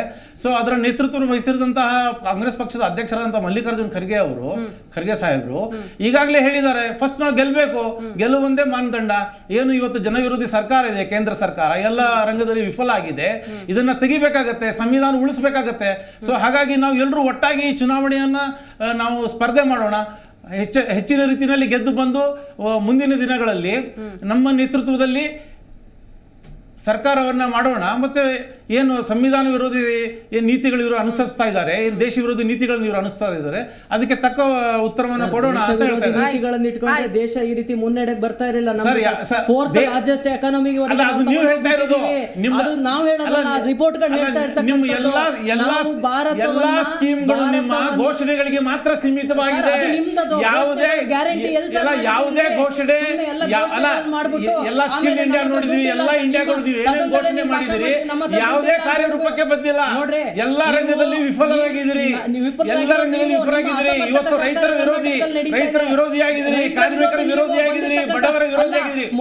ರೈತರು ಒಂದು ವರ್ಷ ಅಲ್ಲಿ ಕುತ್ಕೊಂಡಿದ್ರು, ರೈತರು ಒಂದು ವರ್ಷ ಅಲ್ಲೇ ದೆಹಲಿಯ ಬಾರ್ಡರ್ ಅಲ್ಲಿ ಕುತ್ಕೊಂಡಿದ್ರು. ಸೌಜನ್ಯಕ್ಕೆ ಹೋಗಿ ಪ್ರಧಾನಮಂತ್ರಿ ಅವರು ಒಂದು ಮಾತನ್ನು ಮಾತಾಡ್ತಿಲ್ಲ ಅವ್ರಿಗೆ. ಆತ್ಮಹತ್ಯೆ ಮಾಡ್ಕೊಂತ ಇದ್ದಾರೆ. ರೈತರು ರೈತರ ಮೇಲೆ ನಿಮ್ಮ ಶಾಸಕರು ಉತ್ತರ ಕರ್ನಾಟಕ ನಮ್ಮ ಮಲ್ಲಿಕಾರ್ಜುನ ಖರ್ಗೆ ಅವರು ಉತ್ತರ ಅಮಾಯಕರ ರೈತರ ಮೇಲೆ ಯೋಜನೆ ಇದೆ, ಕೃಷ್ಣ ನೈತಿಕತೆ ನಿಮಗೆ ಅಲ್ಲ, ಕೃಷ್ಣ ಇದ್ರ ಬಗ್ಗೆ ಒಂದು ವರ್ಷ ಅಲ್ಲಿ ಕರಾಳ ಕಾನೂನುಗಳ ವಿರುದ್ಧ ಅವರು ಹೋರಾಟ ಮಾಡ್ತಾ ಇರುವಾಗ ಹೋಗಿ ಮಾತನಾಡುವಂತ ಸೌಜನ್ಯವನ್ನು ತೋರಿಸಿಲ್ಲ. ಇನ್ನೊಂದು ವಿಚಾರ ಅರ್ಥ ಮಾಡ್ಕೊಳ್ಳಿ, ಅಮಾಯಕ ರೈತರ ಮೇಲೆ ಟ್ರ್ಯಾಕ್ಟರ್ ಹಾಯಿಸ್ತೀರಾ, ಆ ಹೈವೇನ ಜೋಡಿಸಿರೋದೇ ನಾವು. ಎಲ್ಲಾ ರಂಗದಲ್ಲಿ ವಿಫಲವಾಗಿದೆ, ಎಲ್ಲಾ ರಂಗದಲ್ಲೂ ನಿಮ್ಮ ಸರ್ಕಾರ ವಿಫಲವಾಗಿದೆ. ಅಭಿವೃದ್ಧಿಯ ಯೋಗ ನೋಡ್ಕೊಳ್ಳಿ, ಏನು ನೋಡ್ಕೊಳ್ಳಿ. ಇವತ್ತು ಎಲ್ಲಾ ಸಂಸ್ಥೆಗಳನ್ನ ಪ್ರೈವೇಟ್ ಮಾಡ್ತಾ ಇದ್ದೀರಾ, 3-4 ಉದ್ಯೋಗಪತಿಗಳಿಗೆ ಈ ದೇಶದ ಸಂಪತ್ತನ್ನು ಕೊಡ್ತಾ ಇದ್ದೀರಾ, ಬಡವರನ್ನ ಇನ್ನ ಬಡವರನ್ನಾಗಿ ಮಾಡ್ತಾ ಇದ್ದೀರಾ. ಈ ದೇಶವನ್ನ ಯೋಚನೆ ಮಾಡಿ. ಸಂವಿಧಾನವನ್ನ ಆಯ್ತಾ? ಗೌರವಿಸದೇ ಒಂದು ಇರುವಂತಹ ನೀವು, ಅಲ್ಲ, ಇನ್ನೊಂದು, ಸಂವಿಧಾನಕ್ಕೆ ನಿಮ್ಮ ಗೌರವ ಕೊಡದೇ ಇರುವಂತಹ ಇಂಡಿಯಾ ನೀವು, ಅಲಯನ್ಸ್ ಇರ್ತಕ್ಕಂಥವ್ರು ಈ ದೇಶವನ್ನ ಎಷ್ಟು ಬೇಗ ನೀವು ಪ್ರಧಾನಿಯ ಹೆಸರನ್ನ ಘೋಷಣೆ ಮಾಡಿದ್ರು ಅಂತ ಹೇಳ್ಬಿಟ್ಟು ನೀವು ಈ ರೀತಿಯಾಗಿ ಮಾಡ್ತಾ ಇದ್ದೀರಾ. ಒಂದು 2024ರಲ್ಲಿ ಜನ ನಿಮಗೆ ತಕ್ಕ ಪಾಠವನ್ನ ಕಲಿಸ್ತಾರೆ. ಅರ್ಥ ಮಾಡ್ಕೊಳ್ಳಿ, ಅವ್ರನ್ನ ನಿಮ್ಮ ಕಾಂಗ್ರೆಸ್ 2024 ಚುನಾವಣೆಯಲ್ಲಿ ಜನ ನಿಮ್ಗೆ ತಕ್ಕ ಪಾಠವನ್ನ ಕಲಿಸ್ತಾ ಅಂತ ಈ ಸಂದರ್ಭದಲ್ಲಿ ನಾನು ಹೇಳ್ತೇನೆ. ಸರ್, Okay, ಒಂದು okay, ನಿಮಗೂ ಆಯ್ತು ತಕ್ಕ ಸರ್, ಪಾಠಗಳನ್ನ ಆಯ್ತು, ಕಲಿಸಿದ್ದಾರೆ. ಜನ ಡಿಸೈಡ್ ಮಾಡ್ತಾರೆ ಯಾರಿಗೆ ಯಾವ ಪಾಠವನ್ನ ಯಾವಾಗ ಕಲಿಸ್ಬೇಕು, ಆಯ್ತಾ, ಯಾರನ್ನ ಮುಂದಕ್ಕೆ ಕಳಿಸ್ಬೇಕು, ಯಾರನ್ನ ಹಿಂದಿಕ್ಕಬೇಕು ಅನ್ನೋದನ್ನ. ಆಯ್ತು, ಈಗ ಒಂದು ಕಡೆ ಸನತ್ ಅವ್ರೆ, ಅಂದ್ರೆ ನಿಮಗೆ ಬಹುಶಃ ಪ್ರಧಾನಿ ಅಭ್ಯರ್ಥಿಯಾಗಿ ರಾಹುಲ್ ಗಾಂಧಿ ಅವ್ರನ್ನ ಘೋಷಿಸಿದ್ರೆ ಬಹಳ ಖುಷಿ ಆಗ್ತಿತ್ತು ಅನ್ಸುತ್ತೆ ಅಲ್ವಾ? ಇಲ್ಲ, ರಾಹುಲ್ ಗಾಂಧಿ ಆಗಿರ್ಬೋದು, ಯಾಕಂದ್ರೆ ನಿಮ್ಮ ಅಥವಾ ಪಕ್ಷದ ಮಲ್ಲಿಕಾರ್ಜುನ ನಾಯಕರೆಲ್ಲರೂ ಖರ್ಗೆ ಅದನ್ನೇ ಹೇಳ್ತಾ ಇದ್ದಾರೆ. ಅಲ್ಲಲ್ಲ, ರಾಹುಲ್ ಗಾಂಧಿ ಅವ್ರು ಯಾಕೆ ಹೇಳ್ತಾ ಅಲ್ಲ, ಇಷ್ಟು ದಿನ ಅವ್ರನ್ನ ಬಿಂಬಿಸ್ತಾ ಇದ್ದಿದ್ದು ರೀತಿನೇ ಬೇರೆ. ನೀವು ಇವತ್ತು ಅಭ್ಯರ್ಥಿಯಾಗಿ ಮಲ್ಲಿಕಾರ್ಜುನ್ ಖರ್ಗೆ ಅವ್ರ ಹೆಸರು ಬರ್ತಿದ್ದಂಗೆ ಯಾಕೆ ರಾಹುಲ್ ಗಾಂಧಿ ಇಲ್ಲ, ಯಾಕೆ ರಾಹುಲ್ ಗಾಂಧಿ ಇಲ್ಲ ಅಂತ ಹೇಳ್ತಾ ಇದ್ದೀರಿ. ನೀವು ತುಂಬಾ ಮಿಸ್ ಮಾಡ್ತಾ ಇದ್ದೀರಿ ಅನ್ಸುತ್ತೆ. ಅಲ್ಲ, ಹಂತ ಹಂತವಾಗಿ ರಾಹುಲ್ ಗಾಂಧಿ ಅವರು ಏನ್ ಬಿಂಬಿಸ್ಕೊಂಡಿದಾರೋ ಅದನ್ನ ಪ್ರೂವ್ ಮಾಡ್ಕೊಂಡು ಹೋಗ್ತಾ ಇದ್ದಾರೆ. ನಿನ್ನೆನೋ ಅವರು ಅದನ್ನೇ ಪ್ರೂವ್ ಮಾಡ್ಕೊಂಡಿರ್ತಕ್ಕಂಥದ್ದು. ಯಾವಾಗ ಅಲ್ಲಿ ಇವ್ರು ಯಾರೋ ಮಿಮಿಕ್ರಿ ಮಾಡ್ತಾ ಇದ್ರು, ದಿನಕರ್ ಅವ್ರನ್ನ, ಜಯದೀಪ್ ದಿನಕರ್ ಅವ್ರನ್ನ ಮಿಮಿಕ್ರಿ ಮಾಡ್ತಾ ಇದ್ರು, ಆ ಸಂದರ್ಭದಲ್ಲಿ ವಿಡಿಯೋ ಮಾಡ್ತಾ ಇದ್ದಾರೆ ಒಬ್ರು ಇದಾಗಿ ಸಂಸದರು ಹಾಕೊಂಡು ಮಾಡ್ತಾ ಇದ್ದಾರೆ ಅಂತ ಹೇಳಿದ್ರೆ ಅದಕ್ಕೆ ಏನ್ ಸೂಚಿಸುತ್ತೆ? ಅದನ್ನ ಅವ್ರು ಅರ್ಥ ಮಾಡ್ಕೋಬೇಕು. ಒಂದು, ರಾಹುಲ್ ಗಾಂಧಿ ಆಗಿರ್ಬೋದು, ಮಲ್ಲಿಕಾರ್ಜುನ ಖರ್ಗೆ ಆಗಿರ್ಬೋದು, ನಾವು ನೋಡಿ ಅವರ ಪಕ್ಷದ ಆಂತರಿಕ ವಿಚಾರಗಳು, ಅವರ ಏನ್ ಇಂಡಿಯಾ ಅಲಯನ್ಸ್ ಅಂತ ಮಾಡ್ಕೊಂಡಿದ್ದಾರೆ, ಆ ಅಲಯನ್ಸಿನ ಭಾಗವಾಗಿ ಅವ್ರ ಘೋಷಣೆಗಳನ್ನ ಮಾಡ್ಕೊಂಡಿದ್ದಾರೆ. ವಿಚಾರ ನಿಮಗೆ ತುಂಬಾ ಬೇಸರ ಆಗ್ತಾ ಇದೆ ರಾಹುಲ್ ಗಾಂಧಿ ಅವ್ರನ್ನ ಅಯ್ಯೋ ಘೋಷಣೆ ಮಾಡ್ಲಿಲ್ಲ ಅಂತೇಳಿ. ಯಾಕಂದ್ರೆ ನಿಮ್ ನಾಯಕರೆಲ್ಲ ಯಾಕೆ ರಾಹುಲ್ ಗಾಂಧಿ ಅವ್ರನ್ನ ಘೋಷಣೆ ಮಾಡಿಲ್ಲ, ಯಾಕೆ ರಾಹುಲ್ ಗಾಂಧಿ ಕಾಂಗ್ರೆಸ್ನ ಅಂದ್ರೆ ಬೆಂಬಲಿಗರಿಗಿಂತಲೂ ಕೂಡ ಕಾರ್ಯಕರ್ತರಿಗೂ ವಿಶೇಷ ಒಂದು ಅಭಿಮಾನ ಬಿಜೆಪಿ ಅವ್ರಿಗೆ ಇದೆಯಾ ರಾಹುಲ್ ಗಾಂಧಿ ಅವ್ರ ಮೇಲೆ ಅಂತ? ಅಲ್ಲಲ್ಲ, ರಾಹುಲ್ ಗಾಂಧಿ ಅವರನ್ನ ಅಥವಾ ಮಲ್ಲಿಕಾರ್ಜುನ್ ಖರ್ಗೆ ಅವರು ನಿಜಕ್ಕೂ ಪ್ರಬಲ ಅಭ್ಯರ್ಥಿ, ಸೊ ಅಲ್ಲಿ ಮತಗಳು ಒಡೆದು ಹೋಗುತ್ತೆ ಅನ್ನೋ ಆತಂಕದಿಂದ ಹಿಂಗೆ ಹೇಳ್ತಾ ಇದ್ದೀರಾ? ಇಲ್ಲಿ ಆತಂಕದ ವಿಚಾರ ಇಲ್ಲ ಮೇಡಮ್. ಯಾಕೆ ಅಂತ ಹೇಳಿದ್ರೆ ಮೋದಿ ದೇಶಕ್ಕೋಸ್ಕರ ಎಷ್ಟು ಕೆಲಸ ಮಾಡ್ಬೇಕು ಮಾಡಿದ್ದಾರೆ, ಆಯ್ತಾ. ಅವರು ಪ್ರತಿಯೊಂದು ಹಂತದಲ್ಲೂ ಸಮೇತ ದೇಶದ ಬಗ್ಗೆ ಅವರು ಮಹಾನ್ ದೇಶಭಕ್ತ. ಫಸ್ಟ್ ದೇಶ ಅಂತಕ್ಕಂಥದ್ದನ್ನ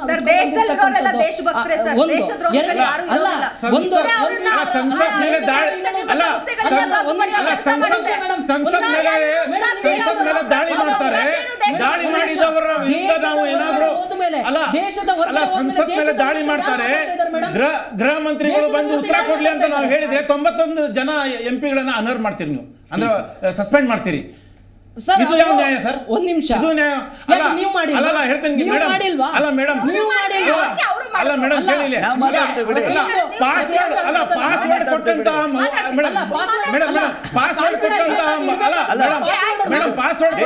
ಮವ್ವ ಅವ್ರನ್ನ ಅನರ್ಹ ಮಾಡ್ತಾರೆ. ಪಾಸ್ ಕೊಟ್ಟಂತಹ ನಿಮ್ಮ ಎಂಪಿನ ಏನು ಮಾಡಲ್ಲ ನೀವು. ನೋಡ್ತಾ ಇದೀವಿ ಮಲ್ಲಿಕಾರ್ಜುನ್ ಖರ್ಗೆ ಅವರನ್ನ ಮುಂದಿನ ಪ್ರಧಾನಿ ಅಭ್ಯರ್ಥಿಯನ್ನಾಗಿ ಘೋಷಣೆ ಮಾಡೋದಕ್ಕೆ ಎಲ್ಲ ಚಿಂತನೆಗಳು, ತಯಾರಿಗಳು ನಡೀತಾ ಇದೆ. ಪ್ರಪೋಸಲ್ ಕೂಡ ಕಳಿಸಿದ್ದಾರೆ, ಬಟ್ ಅಕ್ಸೆಪ್ಟ್ ಆಗಿಲ್ಲ. ಇನ್ನು ಕೂಡ ಕಾದ್ ನೋಡ್ಬೇಕು, ಬೇರೆ ನಾಯಕರನ್ನ ಆಯ್ಕೆ ಮಾಡ್ತಾರ ಅಥವಾ ಸದ್ಯಕ್ಕೆ ಬೇಡ ಮುಂದೆ ನೋಡೋಣ ಅಂತ ಹೇಳ್ತಾರೆ. ಅನೇಕ ವಿಚಾರಗಳು, ಲೆಕ್ಕಾಚಾರಗಳಿದೆ. ಬಟ್ ಈ ಸಂದರ್ಭದಲ್ಲಿ ಯಾಕೆ ರಾಹುಲ್ ಗಾಂಧಿ ಅವರು ಇಲ್ಲ ಅನ್ನೋ ಒಂದು ಪ್ರಶ್ನೆ ಎದುರಾಗುತ್ತೆ. ಎಸ್, ಅನಿಲ್ ನಾಚಪ್ಪ ಅವರ ಈಗ ಒಕ್ಕೂಟ ಫಾರ್ಮ್ ಆಗೋಕ್ಕೂ ಮುನ್ನ ಕಾಂಗ್ರೆಸ್ನವರು ಬಿಂಬಿಸ್ತಾ ಇದ್ದಿದ್ದೆ ರಾಹುಲ್ ಗಾಂಧಿ ಅವರೇ ಮುಂದಿನ ಪ್ರಧಾನಿ ಅಭ್ಯರ್ಥಿ ಅನ್ನುವಂಥ ನಿಟ್ಟಿನಲ್ಲಿ. ಆದರೆ ಈಗಿನ ಲೆಕ್ಕಾಚಾರಗಳು ಒಟ್ಟಲ್ಲಿ ಬಿಜೆಪಿಯನ್ನ ಹೊರಗಿಡಬೇಕು, ಸೋಲಿಸಬೇಕು ಅನ್ನೋದಷ್ಟೇ ನಿಮ್ಮ ಲೆಕ್ಕಾಚಾರ. ಅಂದರೆ ಗೆಲ್ಲಬೇಕು, ಇಂಡಿಯಾ ಒಕ್ಕೂಟ ಗೆಲ್ಲಬೇಕು ಅನ್ನೋದು. ಸೊ ಈ ಸೋಲು ಗೆಲುವಿನ ಲೆಕ್ಕಾಚಾರದಲ್ಲಿ ಅಭ್ಯರ್ಥಿಯ ಆಯ್ಕೆ ಬದಲಾವಣೆಗಳು ಆಗ್ತಾ ಇದೆಯಾ ಹೇಗೆ ಅಂತ? ಮೇಡಮ್, ಯಾವತ್ತು ರಾಹುಲ್ ಗಾಂಧಿ ಅವರು ಪ್ರಧಾನಿ ಅಭ್ಯರ್ಥಿ ಆಗ್ತಾರೆ ಅಂತ ಇಂಡಿಯಾ ಒಕ್ಕೂಟನೂ ಹೇಳಿಲ್ಲ, 28 ಮಿತ್ರ ಪಕ್ಷದಲ್ಲಿ ಯಾರೂ ಸಹ ಹೇಳಿಲ್ಲ. ಇದು ಏನಂದರೆ ಕ್ಯಾಲ್ಕುಲೇಟೆಡ್ ಒಂದು ಸ್ಟೆಪ್ ತಗೊಂಡಿರ್ತಾರೆ. ಇವತ್ತು ಯಾಕೆ 28 ಮಿತ್ರ ಪಕ್ಷಗಳು ಒಟ್ಟಿಗೆ ಬಂದು ಇಂಡಿಯಾ ಒಕ್ಕೂಟ ಮಾಡಬೇಕು ಅಂದರೆ, ಇವತ್ತಿನ ಪಾರ್ಲಿಮೆಂಟಲ್ಲಿ ನೀವು ನೋಡಿದರೆ ಇವತ್ತು 28 ಜನ, ಟೋಟಲ್ 141 ಜನನ ಇವರು ಸಸ್ಪೆಂಡ್ ಮಾಡಿದ್ದಾರೆ. ಬಿಜೆಪಿ ಯಾವತ್ತು ಬ್ಯಾನ್ ಪಾರ್ಟಿ ಆಗ್ತಾ ಇತ್ತು, ಇವತ್ತು ಸಸ್ಪೆಂಡ್ ಪಾರ್ಟಿ ಆಗಿದೆ. ಅವರು ಸಸ್ಪೆಂಡ್ ಮಾಡಬೇಕಾಗಿದ್ದು ಯಾರನ್ನ? ಪ್ರತಾಪ್ ಸಿಂಹ ಅವ್ರನ್ನ ಸಸ್ಪೆಂಡ್ ಮಾಡಬೇಕಾಗಿತ್ತು. ಆ ವ್ಯಕ್ತಿ ಮೇಲೆ ಯಾವುದೇ ಒಂದು ಕ್ರಮ ತಗೊಂಡಲೆ ಇವರು ಕ್ವಶನ್ ಮಾಡೋರಿಗೆ ಪ್ರತಾಪ್ ಸಿಂಹ ಬಗ್ಗೆ ಯಾಕೆ ಮಾತಾಡಬಾರ್ದು? ಹಂಗಾದ್ರೆ ಬಿಜೆಪಿ ಮಾಡಿದ್ದೆಲ್ಲ ಒಳ್ಳೆ ಕೆಲಸ. ಕೊಟ್ಟಿಲ್ಲ ಸ್ವಾಮಿ, ಕ್ವಶನ್ ಕೇಳಿ ಅಂತ ಹೇಳ್ಬಿಟ್ಟು ಪಾಸ್ವರ್ಡ್ ಕೊಟ್ಟಿಲ್ಲ. ಪಾಸ್ವರ್ಡ್ ಏನ್ ಮಾತಾಡಿದ್ದು ಮಾಡಿದೆಲ್ಲ ಆ ಪಾಸ್ವರ್ಡ್ ಕೊಟ್ಟ ದೇಶಕ್ಕೆ ಒಳ್ಳೆ ಆಗೋದು, ಬೇರೆಯವ್ರು ಮಾಡಿದೆಲ್ಲ ದೇಶ ವಿರೋಧಿ ಕಾರ್ಯಗಳು ಅಂತ ತಿಳ್ಕೊಳ್ತಾರೆ ಅವರು. ಆದ್ರೆ ಇನ್ನೊಂದು ವಿಷಯ ಹೇಳ್ತೀನಿ, ಎಷ್ಟು ಬಿಜೆಪಿ ಸುಳ್ಳು ಹೇಳ್ತಾರೆ ಅಂದ್ರೆ ನನ್ನ ಮಾತು ಕೇಳಿ, ನೀನು ಕೇಳಿ, ಬಿಜೆಪಿ ಅವರು ಎಷ್ಟು ಸುಳ್ಳು ಹೇಳ್ತಾರೆ ಅಂದ್ರೆ ಬಿಜೆಪಿ ಅವರು ಎಷ್ಟು ಸುಳ್ಳು ಹೇಳ್ತಾರೆ, ಸುಳ್ಳಿನ ಪಾರ್ಟಿ ಅಂತ ಹೇಳಿ ಪ್ರೂವ್ ಮಾಡಿದೆ ಎಷ್ಟು ಅಂದ್ರೆ ಯಾವಾಗಾದ್ರೂ ಬಿಜೆಪಿ ಕಟ್ ಅಂಡ್ ಪೇಸ್ಟ್ ಅಂತ ಹೇಳ್ತಾರಲ್ಲ ಅದನ್ನ ಪ್ರೂವ್ ಮಾಡ್ತಾ ಇದ್ದಾರೆ. ಯಾಕೆ ಅಂತ ಹೇಳ್ತೀನಿ, ಬಿಜೆಪಿ ಅವರು ಕಟ್ ಅಂಡ್ ಪೇಸ್ಟ್ ಪಾರ್ಟಿ ಯಾಕೆ ಅಂದ್ರೆ ಈಗ ಈಗ ಈಗ ಈಗ ಬಿಜೆಪಿ ಅವರು ಒಂದು ಮಾತು ಹೇಳಿದ್ರು, ಸಿದ್ದರಾಮಯ್ಯ ಸಾಹೇಬರು ಸದನದಲ್ಲಿ ಹೇಳಿದ್ರು ನಮ್ಮ ಹತ್ರ ದುಡ್ಡಿಲ್ಲ ಅಂತ. ಸಿದ್ದರಾಮಯ್ಯ ಸಾಹೇಬರು ಸದನದಲ್ಲಿ ಏನ್ ಹೇಳಿದ್ದು ಅಂದ್ರೆ ಯಡಿಯೂರಪ್ಪ ಅವ್ರು ಈ ತರ ಮಾತಾಡ್ತಿದ್ರು ಅಂತ ವ್ಯಂಗ್ಯವಾಗಿ ಮಾತಾಡಿದ್ದನ್ನ ಇವರು ತಗೊಂಡ್ಬಂದ್ಬಿಟ್ಟು ಯಡಿಯೂರಪ್ಪ ಅವ್ರು ಸಿದ್ದರಾಮಯ್ಯ ಅವ್ರು ಮಾತಾಡಿದ್ರು. ಇನ್ನೊಂದು ವಿಷಯ ಸದನದಲ್ಲಿ ಚರ್ಚೆ ಆಗ್ಬೇಕಾಗಿರೋದೇನು, ಸದನದಲ್ಲಿ ಬಿಜೆಪಿ ಚರ್ಚೆ ಆಗ್ಬೇಕಾಗಿರೋದು, ಇಡೀ ದೇಶದಲ್ಲಿ ಚರ್ಚೆ ಆಗಿರೋದು 141 ಜನನ ನೀವು 141 ಜನನ ಎಕ್ಸ್ಪೆಲ್ ಮಾಡಿದಿರಾ, 141 ಅದಕ್ಕೆ ಉಪಯೋಗಿಸ್ಕೊಂಡಿದ್ದಾರೆ.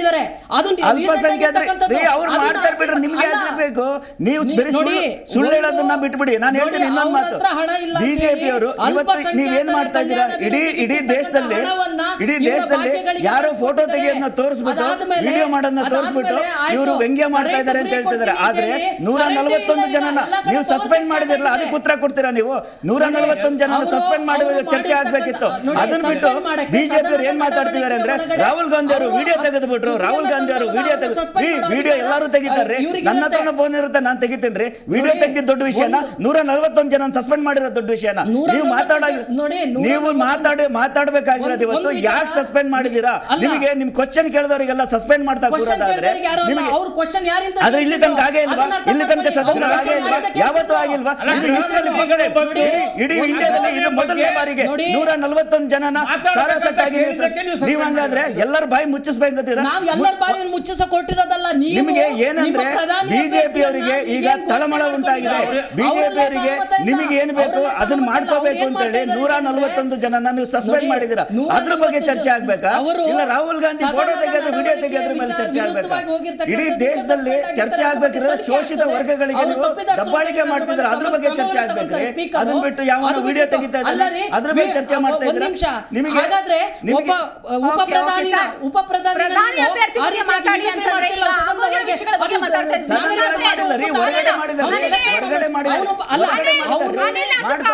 ದಯವಿಟ್ಟು ಸನತ್ ಅವರೇ, ಈ ವಿಷಯ ಏನಿದೆಯೋ ಅದನ್ನ ಮಾತಾಡ. ಒಬ್ಬ ಕನ್ನಡಿಗರನ್ನ ಇಡೀ ಇಂಡಿಯಾ ಒಕ್ಕೂಟ ಮಾಡ್ಕೊಂಡಿರುವಂತಹ ಒಂದು ಪ್ರಧಾನಿ ಅಭ್ಯರ್ಥಿಯನ್ನಾಗಿ ಘೋಷಣೆ ಮಾಡಿದ್ದಾರೆ ಅಂತಂದ್ರೆ ಇಡೀ ಮೊದಲು ಇದು ಕರ್ನಾಟಕ ಖುಷಿ ಪಡುವಂತಹ ವಿಚಾರನೇ. ಓಕೆನಾ?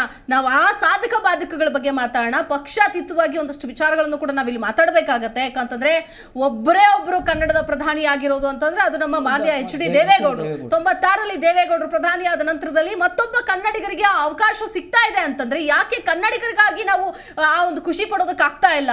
ಯಾಕೆ ಟೀಕೆ ವ್ಯಕ್ತ ಆಗ್ತಾ ಇದೆ? ಬಿಡಿ, ಯಾವುದೋ ರಾಜ್ಯದ ವ್ಯಕ್ತಿಯನ್ನ ನಾಯಕರನ್ನ ನಿಲ್ಲಿಸೋ ಬದಲು ಅಟ್ಲೀಸ್ಟ್ ನಮ್ಮ ಕರ್ನಾಟಕದವ್ರನ್ನ ನಿಲ್ಲಿಸ್ತಾ ಇದ್ದಾರೆ, ಒಬ್ಬ ದಲಿತ ನಾಯಕರನ್ನ ನಿಲ್ಲಿಸ್ತಾ ಇದ್ದಾರೆ ಅಂತಂದ್ರೆ ಅದು ನೀವು ಕೂಡ ವೆಲ್ಕಮ್ ಮಾಡುವಂತಹ ವಿಚಾರ. ಬಿಜೆಪಿ ಅವರು ತುಂಬ ಹೃದಯದಿಂದ ಸ್ವಾಗತ ಮಾಡಬೇಕಾಗುತ್ತೆ.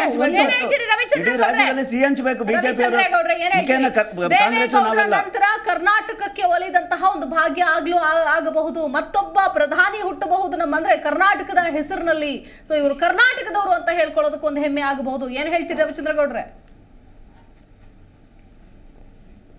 ಅವ್ರಿಗೆ ಬೇಜಾರಾಗಬಹುದು. ರವಿಚಂದ್ರ ಗೌಡ್ರಿಗೆ ಧ್ವನಿ ಕೇಳಿಸ್ತಾ ಇದ್ಯಾ? ಉಷಾ ಕನೆಕ್ಟ್ ಆಗಿಲ್ಲ ಅಂತ ಅನ್ಸುತ್ತೆ.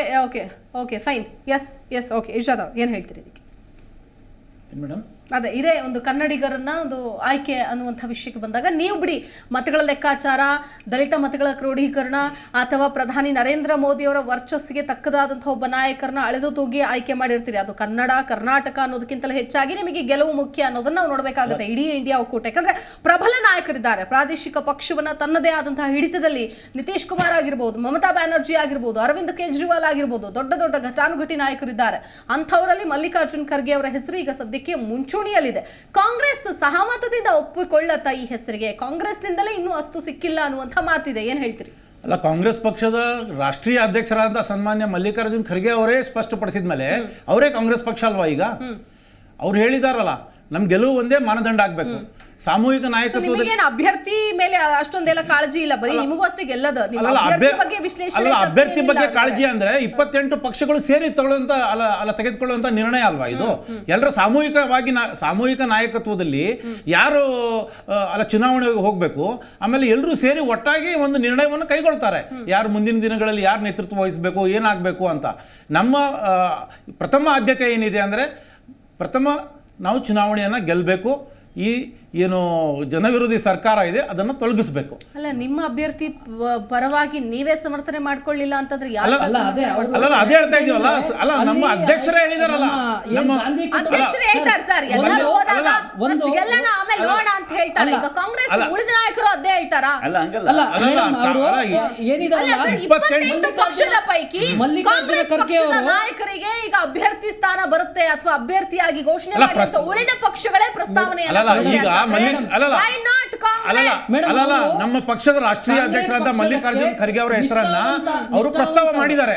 ಆ ಪ್ರಸ್ತಾಪಕನ್ನ ನಾವು ಬೇರೆ ಇರುವಂತಹ ಮಿತ್ರ ಪಕ್ಷಗಳನ್ನು ನಾವು ಅವ್ರ ಮತವನ್ನ ಪಡಿಬೇಕಲ್ಲ, ಅವ್ರ ವಿಚಾರವನ್ನ ತಿಳ್ಕೊಬೇಕಲ್ಲ, ಎಲ್ಲರೂ ಸಾಮೂಹಿಕವಾಗಿ ನಿರ್ಣಯ ತಗೋಬೇಕಲ್ಲ. ಮುಂದಿನ ಸಭೆಯಲ್ಲಿ ಗೊತ್ತಾಗ್ತದೆ ಅದ್ರ ಬಗ್ಗೆ. ನಿಮ್ಮ ನಿರ್ಣಯ ಏನು ಅನ್ನೋದು ಗೊತ್ತಾಗ್ತಿಲ್ವಲ್ಲ ಸರ್? ನಿಮ್ಮ ನಿರ್ಣಯ ಏನು? ಅಲ್ಲ, ಪಕ್ಷದ ರಾಷ್ಟ್ರೀಯ ಅಧ್ಯಕ್ಷರು ಮೇಡಮ್ ಮಲ್ಲಿಕಾರ್ಜುನ್ ಖರ್ಗೆ ಅವರು ಹೇಳಿದ ಮೇಲೆ ಅದೇ ನಮ್ಮ ಪಕ್ಷದ ನಿರ್ಣಯ, ಅದೇ ನಮ್ಮ ಪಕ್ಷದ ನಿರ್ಣಯ. ಆ ರೀತಿಯಾಗಿ ನಿಷ್ಠಾವಂತ ಕಾಂಗ್ರೆಸ್ಸಿಗೆ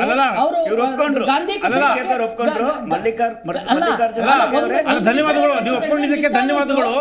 ನಾನು ಹೇಳ್ತಾ ಇದ್ದೇನೆ ಮೇಡಮ್, ಎರಡನೇ ಪಾಯಿಂಟ್ ಏನು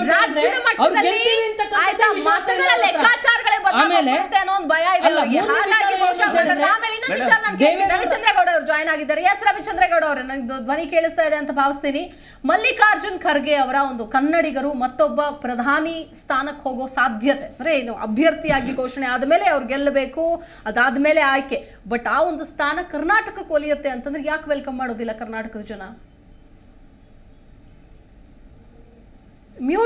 ಅನ್ಮ್ಯೂಟ್ ಮಾಡಿ ಮಾತಾಡಿ ಸರ್, ಮ್ಯೂಟ್ ಆಗಿದೆ.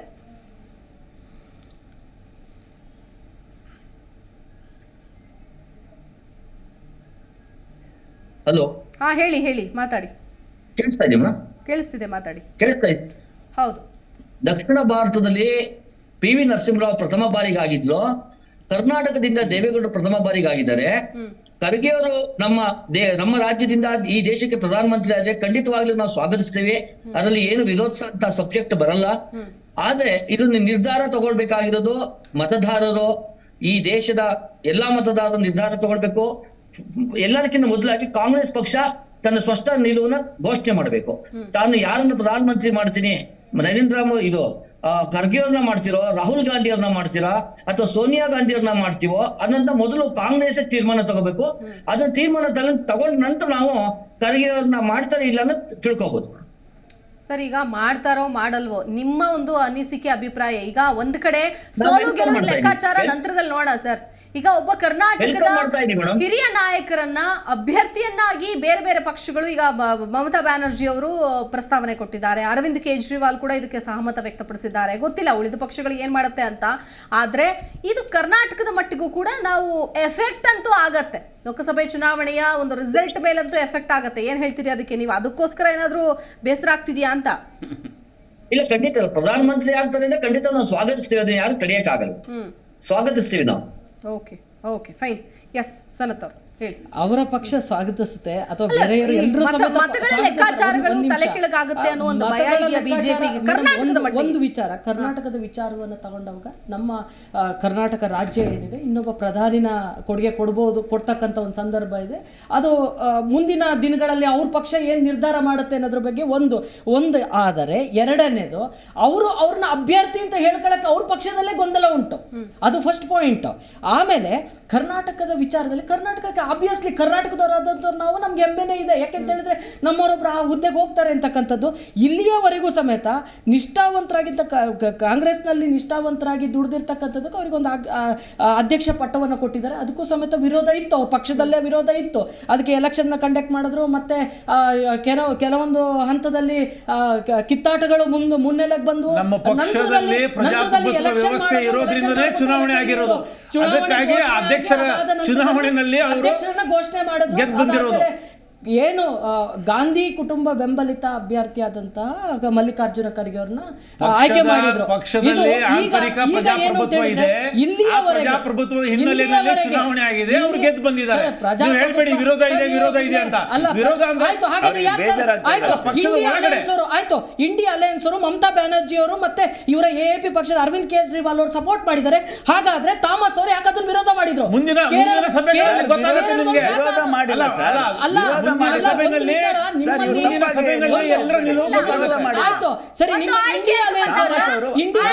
ಮೀಟಿಂಗ್ ಕರೆದಿದ್ರಿ, ಅದ್ಯಾಕೆ ಹಾಕಿದ್ರಿ?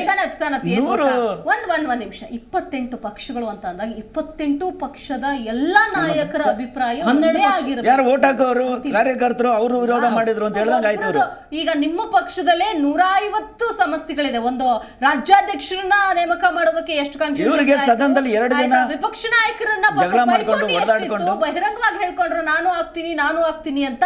That is different. ಒಂದು ಪಕ್ಷ ಅಂದ್ಮೇಲೆ ಅದು ಡಿಫ್ರೆಂಟ್. ಯಾಕಂದ್ರೆ ಒಂದು ಡಿಫ್ರೆಂಟ್ ಥಾಟ್ಸ್ ಬರುತ್ತೆ. ಒಂದು ಪಕ್ಷದಲ್ಲೇ 10 ಸಮಸ್ಯೆಗಳಿದ್ದಾಗ 28 ಪಕ್ಷದಲ್ಲಿ 2-3 ಅಭಿಪ್ರಾಯಗಳು ಬಂದೇ ಬರ್ತದೆ, ಸರ್ವೇ ಸಾಮಾನ್ಯ. ನಿಮ್ಮ NDA ಒಕ್ಕೂಟದಲ್ಲೂ ಕೂಡ ಬರುವಂತಹ ಸಾಧ್ಯತೆ ಇದೆ. ನೋಡೋಣ ಮುಂದಕ್ಕೆ ದಿನಗಳಲ್ಲಿ. ಇಲ್ಲಿಗೆ ಎಲ್ಲ ಮುಗೀತು ಅಂತ ಅಲ್ಲ. ಎಸ್ ಅನಿಲ್ ಅವರು ಏನು ಅಂತಂದ್ರೆ, ಒಬ್ಬ ಪ್ರಧಾನಿ ಆಯ್ಕೆ ಅಂತ ಬಂದಾಗ ಅದನ್ನ ಜಾತಿಯ ಆಧಾರದ ಮೇಲೆ ಮಾಡೋದು. ಹಾಗಾದ್ರೆ ದಲಿತ ನಾಯಕ ಅನ್ನೋ ಕಾರಣಕ್ಕೋಸ್ಕರನೇ, ಆ ಮತಗಳ ಕ್ರೋಢೀಕರಣಕ್ಕೋಸ್ಕರನೇ ಅಭ್ಯರ್ಥಿಯನ್ನಾಗಿ ಆಯ್ಕೆ ಮಾಡಬೇಕು ಅನ್ನೋ ಚಿಂತನೆನಾ?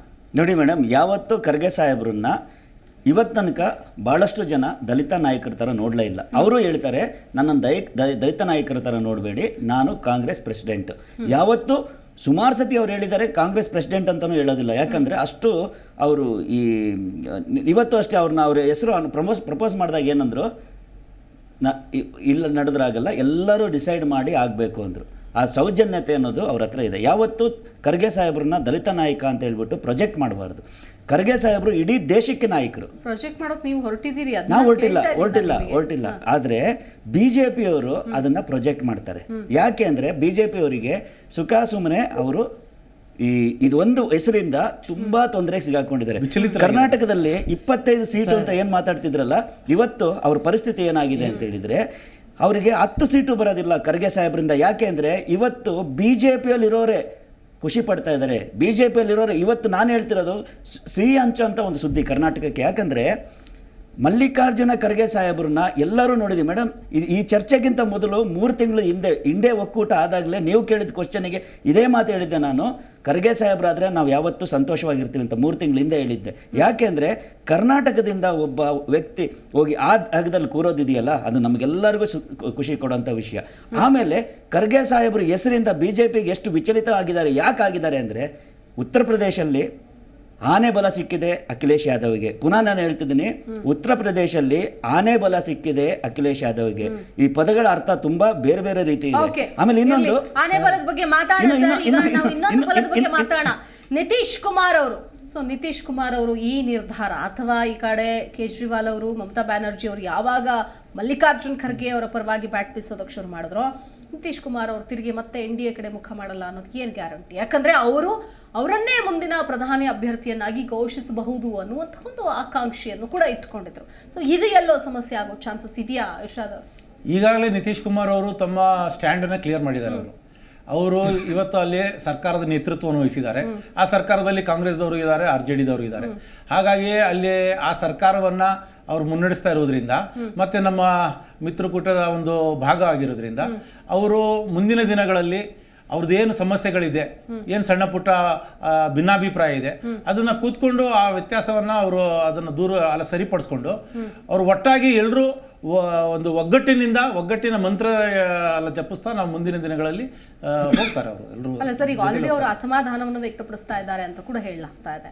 ಇದನ್ನು ಶಮನ ಮಾಡೋ ಒಂದು ಪ್ರಯತ್ನ ಕೂಡ ನೀವು ಮಾಡಬೇಕಾಗತ್ತೆ. ಯಾಕಂತಂದ್ರೆ ಇಲ್ಲಿ 28 ಪಕ್ಷ ಅಂತಂದ್ರೆ 28 ನಿಲುವಿರುತ್ತೆ, 28 ನಾಯಕರು ಇರ್ತಾರೆ ಅಲ್ಲಿ. ಎಲ್ಲರೂ ಅವ್ರದ್ದೇ ಆದಂತಹ ಅವ್ರದ್ದೇ ವರ್ಚಸ್ಗಳಿದೆ. ಯಾರು ಏನು ಸಣ್ಣ ಪುಟ್ಟ ಏನೋ ಇದರಿಂದ ಬಂದವರಲ್ಲ, ಎಲ್ಲರೂ ಪ್ರಬಲರೇ. ಒಂದೊಂದು ರಾಜ್ಯದ ಅಧಿಕಾರ ಚುಕ್ಕಾಣಿಯನ್ನ ದಶಕಗಳಿಂದ ಹಿಡಿದು ಆಳಿದವರಿದ್ದಾರೆ. ರಾಷ್ಟ್ರೀಯ ಪಕ್ಷಗಳಿಗೆ ಸೆಡ್ ಹೊಡೆದು ನಿಂತವರಿದ್ದಾರೆ. ಹಾಗಾಗಿ ಇದನ್ನ ಬಹಳ ಸೂಕ್ಷ್ಮವಾಗಿ ತೆಗೆದುಕೊಂಡು ಹೋಗುವಂತ ಜವಾಬ್ದಾರಿ ಕೂಡ ಇದೆ. ಏನ್ ಹೇಳ್ತೀರಿ? ಅದೇ ಮೇಡಮ್, ಅದೇ ಹೇಳ್ತಾ ಇರೋದು. ಪ್ರಾದೇಶಿಕವಾಗಿ ಎಲ್ಲರೂ ಅವರವರ ಪ್ರದೇಶಗಳಲ್ಲಿ ಬಹಳ ಶಕ್ತಿಶಾಲಿ ಆದಂತಹ ನಾಯಕರಿದ್ದಾರೆ. ಆಮೇಲೆ ಅವ್ರನ್ನ ಜೊತೆಯಲ್ಲಿ ಇಟ್ಕೊಂಡು ಸಾಮಾಜಿಕವಾಗಿ ನಾವು ಏನು ಕ್ರಮವನ್ನು ಕೈಗೊಳ್ಳಬೇಕು, ರಾಜಕೀಯವಾಗಿ ಏನು ಕ್ರಮವನ್ನು ಕೈಗೊಳ್ಳಬೇಕು, ಆಮೇಲೆ ಒಂದು ಎಲ್ಲರನ್ನ ಸೇರಿಸಿ ಒಂದು ಕಾಮನ್ ಮಿನಿಮಮ್ ಪ್ರೋಗ್ರಾಮ್, ಆ ರೀತಿಯಲ್ಲಿ ಒಂದು ಪ್ರೋಗ್ರಾಮನ್ನು ಮಾಡಿಕೊಂಡು ಎಲ್ಲರಿಗೆ ಒಂದು ಜೊತೆಯಲ್ಲಿ ತೆಗೆದುಕೊಂಡುವಂಥ ಕೆಲಸವನ್ನ ಅಲ್ಲಿ ಇದರಲ್ಲಿ ಅಲೈನ್ಸ್ ಅಲ್ಲಿ ಈಗ ಎಲ್ಲ ಯೂಟರ್ ನೋಡ್ಕೊಂಡು ಮತ್ತೆ ವಾಪಸ್ ನಿತೀಶ್ ಕುಮಾರ್ ಅವರು NDA ಕಡೆ ಒಲವು ತೋರ್ತಾರೆ ಅಂತ ಕೂಡ ಹೇಳಲಾಗ್ತಾ ಇದೆ. ಇನ್ ಕೇಸ್ ಅವರಿಗೆಲ್ಲ ಅಸಮಾಧಾನ ಆದ್ರೆ ಏನ್ ಹೇಳ್ತೀರಿ ಸನತ್ ಅವ್ರು ಇದಕ್ಕೆ? ಅದು ಅವರವರ ಪಕ್ಷಕ್ಕೆ ಬಿಟ್ಟಿರ್ತಕ್ಕಂಥ ಪಕ್ಷಕ್ಕೆ ನಿಲುವುಗಳು. ಬರ್ತಾರೆ, ಈಗ ಅಲ್ಲ ಇದಕ್ಕೆ ನಮ್ಮ ಬರ್ತಾರೆ ಅಂತ, ನೋಡಿ ನಿಮ್ಮ ಒಕ್ಕೂಟಕ್ಕೆ ಬರ್ತಾರೆ ಅಂತ, ಒಂದು ವಿಚಾರ ನಾವು ಯಾವತ್ತು ನಮ್ಮ NDA ಅಂತಕ್ಕಂಥ ಒಕ್ಕೂಟ ಫಾರ್ಮೇಶನ್ ಆಯ್ತು, ಅದಾದ ನಂತರದಲ್ಲಿ ನಾವು ಸ್ಪಷ್ಟ ಬಹುಮತದಿಂದ ಅಧಿಕಾರನ ಹಿಡಿದವಾಗ್ಲೂ ಸಮೇತ ಈ ಏನು ಮಿತ್ರ ಪಕ್ಷಗಳು ಅಂತ ನಮ್ಮ ಜೊತೆ NDA ಒಕ್ಕೂಟದಲ್ಲಿ ಅವತ್ತಿನ ದಿನದಲ್ಲಿ ಇದ್ರು ಅವ್ರನ್ನೆಲ್ಲನೂ ನಮ್ಮ ಜೊತೆಯಲ್ಲಿ ತೆಗೆದುಕೊಂಡು ಹೋಗ್ತಕ್ಕಂಥ ಒಂದು ಕೆಲಸವನ್ನ ನಾವು ಅವತ್ತೂ ಮಾಡಿದ್ದೀವಿ, ಇವತ್ತು ಮುಂದೆನೂ ಮಾಡ್ತೀವಿ. ಅದೇ ನಮ್ಮ ಯಾಕೆಂದ್ರೆ ಚುನಾವಣಾ ಮುಂಚಿತವಾಗಿ ನಾವೇನು ಮೈತ್ರಿಗಳನ್ನ ಮಾಡ್ಕೊಂಡಿದ್ವಿ, ಆ ಮೈತ್ರಿ ಕಾರಣಕ್ಕೆ ನಾವೇನು ಬೆಂಬಲಗಳನ್ನು ಕೊಟ್ಟಿದ್ವಿ ಅದ್ರ ಪ್ರಕಾರವಾಗಿ ನಾವು ಅವ್ರಿಗೇನು ಸ್ಥಾನಮಾನಗಳನ್ನು ಕೊಟ್ಟಿದ್ವಿ ನಾವು ಅದನ್ನು ಪಾಲಿಸ್ಕೊಂಡು ಹೋಗಿದ್ದೀವಿ, ಮೈತ್ರಿ ಧರ್ಮವನ್ನು ನಾವು ಪಾಲಿಸ್ಕೊಂಡು ಹೋಗಿದ್ದೀವಿ. ಅದಾದ ನಂತರದಲ್ಲಿ ಅಲ್ಲಿ ನಿತೀಶ್ ಕುಮಾರ್ ಅವರದ್ದು ಅವರು ಅಲ್ಲಿಂದ ಹೊರಗಡೆ ಬಂದರು, ಮತ್ತು ಅದಾದಮೇಲೆ ಇವ್ರ ಜೊತೆ ಒಕ್ಕೂಟದಲ್ಲಿ ಇಲ್ಲಿ ಇಂಡಿಯಾ ಅಲಯನ್ಸ್ ಅಂತ ಏನಿದೆಯಲ್ಲ, ಇದು ಫಾರ್ಮೇಷನ್ ಆಗಲಿಕ್ಕೆ ಈ ನಿತೀಶ್ ಕುಮಾರ್ ಒಬ್ಬರು ಸಮೇತ ಪ್ರಬಲವಾದ ನಾಯಕರು. ಹಾಗಾಗಿ ಅವರು ವಿರೋಧ ವ್ಯಕ್ತಪಡಿಸಿ NDA ಜೊತೆಗೆ ಬರ್ತಾರೆ ಅಂತಕ್ಕಂಥದ್ದುಕ್ಕಿಂತ ಅವರು ನೆಕ್ಸ್ಟ್ ಅವರ ಸಮಾನ ಮನಸ್ಥಿತಿಯ ವ್ಯಕ್ತಿಗಳ ಜೊತೆಗೆ ಹೋಗ್ಬೋದು ಅಂತಕ್ಕಂಥದ್ದು ಒಂದು ವಾದ ಇದೆ ಅಲ್ಲಿ. ಇದು ಒಂದು ಅಲಯನ್ಸ್ ಮಾಡ್ತಾರೆ ಅಂತ ಹೇಳಿಕ್ ಬರಲ್ಲ. ಮುಂದೆ ಇದು ಏನ್ ಗೊತ್ತಾ ಇವರಿಗೆ ರಾಜಕೀಯ ನಿಂತ ನೀರಲ್ಲ ಗೊತ್ತಲ್ಲ, ಎರಡೆರಡು ಪಕ್ಷಗಳನ್ನು ಮಾಡಿದವರು ಇದ್ದಾರೆ. ಆಯ್ತಾ, ಇರ್ಲಿ. ಎಸ್, ಅಂತಿಮವಾಗಿ ನಾನು ಒಂದು ಹಂತಕ್ಕೆ ಬರ್ತೀನಿ. ರವಿಚಂದ್ರೇಗೌಡ ಅವರೇ, ಇವತ್ತಿನ ಈ ಅಭ್ಯರ್ಥಿ ಘೋಷಣೆ ಆಗಿಲ್ಲ, ಇನ್ನು ಘೋಷಣೆ ಆಗತ್ತಾ ಇಲ್ವಾ ಗೊತ್ತಿಲ್ಲ ಅದು ಕೂಡ. ಯಾಕಂದ್ರೆ ಖುದ್ದು ಮಲ್ಲಿಕಾರ್ಜುನ್ ಖರ್ಗೆ ಅವರೇ ಸದ್ಯಕ್ಕೆ ನೋಡೋಣ, ಗೆಲ್ಲೋದಷ್ಟೇ ಮುಖ್ಯ ಅಂದಿದ್ದಾರೆ. ಒಂದು ಪ್ರಬಲ ವಿರೋಧ ಪಕ್ಷದ ಸ್ಥಾನಕ್ಕಾದ್ರೂ ಬಂದೇ ಬರ್ತಾರೆ, ದಟ್ ಇಸ್ ನೋ ಡೌಟ್. ಗೊತ್ತಿಲ್ಲ, ಗೆದ್ರು ಗೆಲ್ಲಬಹುದು, ಯಾಕಂತಂದ್ರೆ ಘಟಾನುಘಟಿ ನಾಯಕರು ಇದ್ದಾರೆ. ನೀವು BJP ಕಡೆ ಒಲವು ನಿಮ್ದಿದೆ, ನಿಮ್ಮ ತರಾನೇ ಸಣ್ಣ ಪುಟ್ಟ ಪಕ್ಷಗಳು ಕೂಡ BJPಗೆ ಒಲವಿದೆ, NDA ಸೇರ್ಕೊಂಡಿದ್ದೀರಿ ನೀವು ಕೂಡ. ಆದ್ರೆ ಮುಂದಿನ ದಿನಗಳಲ್ಲಿ ಮಲ್ಲಿಕಾರ್ಜುನ್ ಖರ್ಗೆ ಅವರು ಕೂಡ ಛಾಪು ಮೂಡಿಸ್ತಾರೆ, ವೋಟ್ ಶೇರಿಂಗ್ಗಳು ಬದಲಾವಣೆ ಆಗುತ್ತೆ. ಸೊ ಅಟ್ಲೀಸ್ಟ್ ಇದನ್ನು ಒಪ್ಕೊಳ್ತೀರಾ? ಏನ್ ಹೇಳ್ತೀರಿ ಅಂತಿಮವಾಗಿ? ಅಲ್ಲ, ಖಂಡಿತ ವೋಟ್ ಶೇರಿಂಗ್ ನಲ್ಲಿ ರೈಸ್ ಆಗ್ಬೋದು. ಏಕೆ ಅವರು ದಲಿತ ಮಂತ್ರಿನ ಮುಖ್ಯ ಖರ್ಗೆ ಪ್ರಧಾನಮಂತ್ರಿಯಾಗಿ ಘೋಷಣೆ ಮಾಡಿದ್ರೆ ಅಥವಾ ಪ್ರಪೋಸಲ್ ಕೊಟ್ಟಾಗ ವೋಟಿಂಗ್ ಶೇರಿಂಗ್ ಚೇಂಜಸ್ ಆಗೋ ಚಾನ್ಸಸ್ ಇರುತ್ತೆ. ಅದನ್ನ ನಾನು ಒಪ್ಕೊಳ್ಳೇಬೇಕಾಗುತ್ತೆ. Okay, fine. ಇರ್ಷಾದ್ ಅವ್ರೆ, ರಾಹುಲ್ ಗಾಂಧಿ ಅವರು ಈ ಹಿಂದಿನ ಅಂದರೆ ಈಗ ಆಲ್ರೆಡಿ ಬಂದ ಪಂಚರಾಜ್ಯ ಚುನಾವಣೆಯಲ್ಲೇ ಒಂದಷ್ಟು ಒಂದು ಉಸ್ತುವಾರಿಯನ್ನು ವಹಿಸ್ಕೊಂಡಿದ್ರು ಅಥವಾ ಒಂದು ಜವಾಬ್ದಾರಿಯನ್ನು ತಗೊಂಡ್ರು, ಎಲ್ಲೋ ಒಂದು ಕಡೆ ವಿಫಲರಾದರು, ರಾಜ್ಯಗಳನ್ನು ಕಳ್ಕೊಂಡ್ರು. ಆ ಕಾರಣಕ್ಕೋಸ್ಕರ ಪ್ರಧಾನಿ ಅಭ್ಯರ್ಥಿಯನ್ನಾಗಿ ಸದ್ಯಕ್ಕೆ ಅವ್ರನ್ನ ಮಾಡೋದು ಬೇಡ ಅನ್ನುವಂಥ ಒಂದು ನಿಲುವು ಕೂಡ ಇದೆ ಅಂತ ಹೇಳಲಾಗ್ತಾ ಇದೆ. ಇದಕ್ಕೇನು ಹೇಳ್ತೀರಿ? ಅಂತಿಮವಾಗಿ ಏನು ಹೇಳ್ತೀರಿ? 20 ವರ್ಷದಲ್ಲಿ ಕಾಂಗ್ರೆಸ್ ಪಕ್ಷ ಹಲವು ಬಾರಿ ಗೆದ್ದಿದೆ, ಹಲವು ಬಾರಿ ಸೋತಿದ್ದೀವಿ. ನಾವು ಹೋಗಿಲ್ಲ. ಆಮೇಲೆ ಇನ್ನೊಂದೇನಂದ್ರೆ, ನಾವು ಮತಗಳ ನೋಡಿದ್ರೆ ನಾವು ಹೆಚ್ಚು ಮತಗಳನ್ನು ತೆಗೆದುಕೊಂಡಿದ್ವಿ, ಶೇಕಡಾವಾರು 1-2 ನಾವು ಕಡಿಮೆ ಆಗಿರ್ಬೋದು. ಹಾಗಾಗಿ ನಾವು ಒಂದು ಸೀಟುಗಳ ಅಂತರದಲ್ಲಿ ಸೋತಿರಬಹುದು, ಅದರ ಮತಗಳವಾಗಿ ನಾವು ಅಲ್ಲ, ವಿರೋಧ ಪಕ್ಷದಲ್ಲಿ ನಾವು ರಚನಾತ್ಮಕವಾದಂಥ ಕೆಲಸವನ್ನು ಮಾಡಿ ಜನಮನ್ನಣೆ ಗೆಲ್ಲಿಸಿ ನಾವು ತಿರ್ಗಾ ಬರ್ತೀವಿ. ಸೋತಿರೋ ಜಾಗದಲ್ಲಿ ನಾವು ಬಂದೇ ಬರ್ತೀವಿ. ಯಾಕಂದ್ರೆ ಇದು ಪ್ರಜಾಪ್ರಭುತ್ವ ವ್ಯವಸ್ಥೆ. ಜನರು ಏನು ಜನಾದೇಶ ಕೊಡ್ತಾರೆ ಅದಕ್ಕೆ ನಾವು ತಲೆ ಬಾಗ್ಲೇಬೇಕಾಗತ್ತೆ. ನಾವು ತಲೆ ಬಾಗ್ತೀವಿ. ಮುಂದಿನ ದಿನಗಳಲ್ಲಿ ನಾವು ತಿರ್ಗಾ ವಾಪಸ್ ಬರ್ತೀವಿ, ಹೋರಾಟ ಮಾಡ್ತೀವಿ. ರಾಹುಲ್ ಗಾಂಧಿ ಅವರ ನೇತೃತ್ವದಲ್ಲಿ ನಾವೇನು ಅವರು ಏನು ಚುನಾವಣೆಗೆ ಹೋಗಿದ್ರು, ನೇತೃತ್ವ ಅಂತಿದ್ದೀರಿ, ಅಧ್ಯಕ್ಷರು ಅಲ್ಲಿ ಮಲ್ಲಿಕಾರ್ಜುನ್ ಖರ್ಗೆ ಅವರಲ್ಲ, ಮಲ್ಲಿಕಾರ್ಜುನ ಅವರು ಅಧ್ಯಕ್ಷರು, ರಾಹುಲ್ ಗಾಂಧಿ ಅವರು ನಮ್ಮ ನಾಯಕರು. ಅವರ ನಾಯಕತ್ವದಲ್ಲಿ ಪ್ರಧಾನಿ ಅಭ್ಯರ್ಥಿ ಯಾರು? ಪ್ರಧಾನಿ ಅಭ್ಯರ್ಥಿ ಸಾಮೂಹಿಕವಾಗಿ ಎಲ್ಲರೂ ನಿರ್ಣಯ ಮಾಡ್ತಾರಂತ ನಮ್ಮ ಪಕ್ಷದ ಅಧ್ಯಕ್ಷರು ಹೇಳಿದ್ಮೇಲೆ ಅದೇ ನಮ್ಮ ಪಕ್ಷದ ಲೈನು, ನನ್ನ ಪಕ್ಷದ ವಕ್ತಾರರಂತ ಮಾತಾಡಬೇಕು. ಪಕ್ಷದಿಂದ ಅಂತ ಎಸ್, ಏನು ಹೇಳ್ತೀರಿ ಅನಿಲ್ ನಾಚಪ್ಪ ಅವರು? ಅಂತಿಮವಾಗಿ ಒಕ್ಕೂಟದಿಂದ ನೀವು ಪ್ರಸ್ತಾವನೆ ಸಲ್ಲಿಸಿದ್ದೀರಿ, ಅರವಿಂದ್ ಕೇಜ್ರಿವಾಲ್ ಆಗಿರ್ಬೋದು, ಮಮತಾ, ಒಂದಷ್ಟು ನಾಯಕರಿಗೆ ಅಸಮಾಧಾನ ಅಂತೂ ಇದೆ. ಎಲ್ಲರನ್ನೂ ಒಗ್ಗೂಡಿಸ್ಕೊಂಡು ಹೋಗೋದಕ್ಕೆ ಸಾಧ್ಯ ಆಗುತ್ತಾ? ಇದೇ ಫೈನಲ್ ಆಗಬಹುದಾ? ಏನು ಹೇಳ್ತೀರಿ? ಇವತ್ತು ನಮಗೆ ಗೊತ್ತಿರೋ ಪ್ರಕಾರ ಕರ್ನಾಟಕದ ನಮ್ಮ ಆಮ್ ಆದ್ಮಿ ಪಾರ್ಟಿ ಅಧ್ಯಕ್ಷರು ಮುಖ್ಯಮಂತ್ರಿ ಚಂದ್ರು ಸಾಹೇಬರು ಪತ್ರ ಮುಖೇನ ಖರ್ಗೆ ಸಾಹೇಬರಿಗೆ ಒಂದು ವಿಷಸ್ ತಿಳಿಸಿದ್ದಾರೆ. ನಮ್ಮ ಬೆಂಬಲ ನಿಮ್ಮ ಜೊತೆ ಇದೆ ಅಂತ ತಿಳಿಸಿದ್ದಾರೆ. ನಮಗೆಲ್ಲರಿಗೂ ತುಂಬ ಖುಷಿಯಾಗಿದೆ. ಕರ್ನಾಟಕದಲ್ಲಿರುವ ಎಲ್ಲ ಜನರಿಗೂ ಇದೊಂದು ಒಳ್ಳೆ ಅವಕಾಶ. ಖರ್ಗೆ ಸಾಹೇಬರಿಗೆ ಆದಷ್ಟು ಮತಗಳನ್ನ ಹಾಕಿ ಅವರನ್ನ MP ಸೀಟಲ್ಲಿ ನೋಡೋದಕ್ಕೆ ನಾವೆಲ್ಲ ಇಷ್ಟಪಡ್ತೀವಿ, ಎಲ್ಲರೂ ಇಷ್ಟಪಡ್ತಾರೆ ಅಂತ ನಾನು ಅನ್ಕೊಂಡಿದ್ದೀನಿ. ಒಂದು ಫಸ್ಟ್ ಇಲ್ಲಿ ಏನು ಅಂತ ಹೇಳಿದ್ರೆ, UPA ಅಂತಕ್ಕಂಥದ್ದು ಇದ್ದದನ್ನ ಇವರೊಂದು ಹೆಸರನ್ನ ಚೇಂಜ್ ಮಾಡಿ ಇಂಡಿ ಒಕ್ಕೂಟ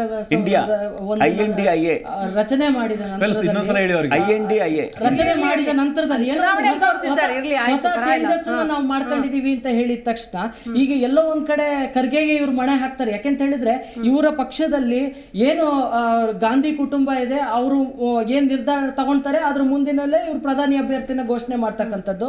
ಒಂದು ಇವ್ರನ್ನ ಏನ್ ಖರ್ಗೆ ಅವರನ್ನ ಅವರ ಪಕ್ಷದವರು ಅವ್ರನ್ನ ಒಪ್ಕೋತಾರೆ ಅಂತಕ್ಕಂಥದ್ದು ನಿಮಗೆ ಖುಷಿ? ಇಂಡಿಯಾ ಅಲಯನ್ಸ್ಗಳು ನಿಮಗೆ ಖುಷಿ ಇದೆಯಾ ಸರ್?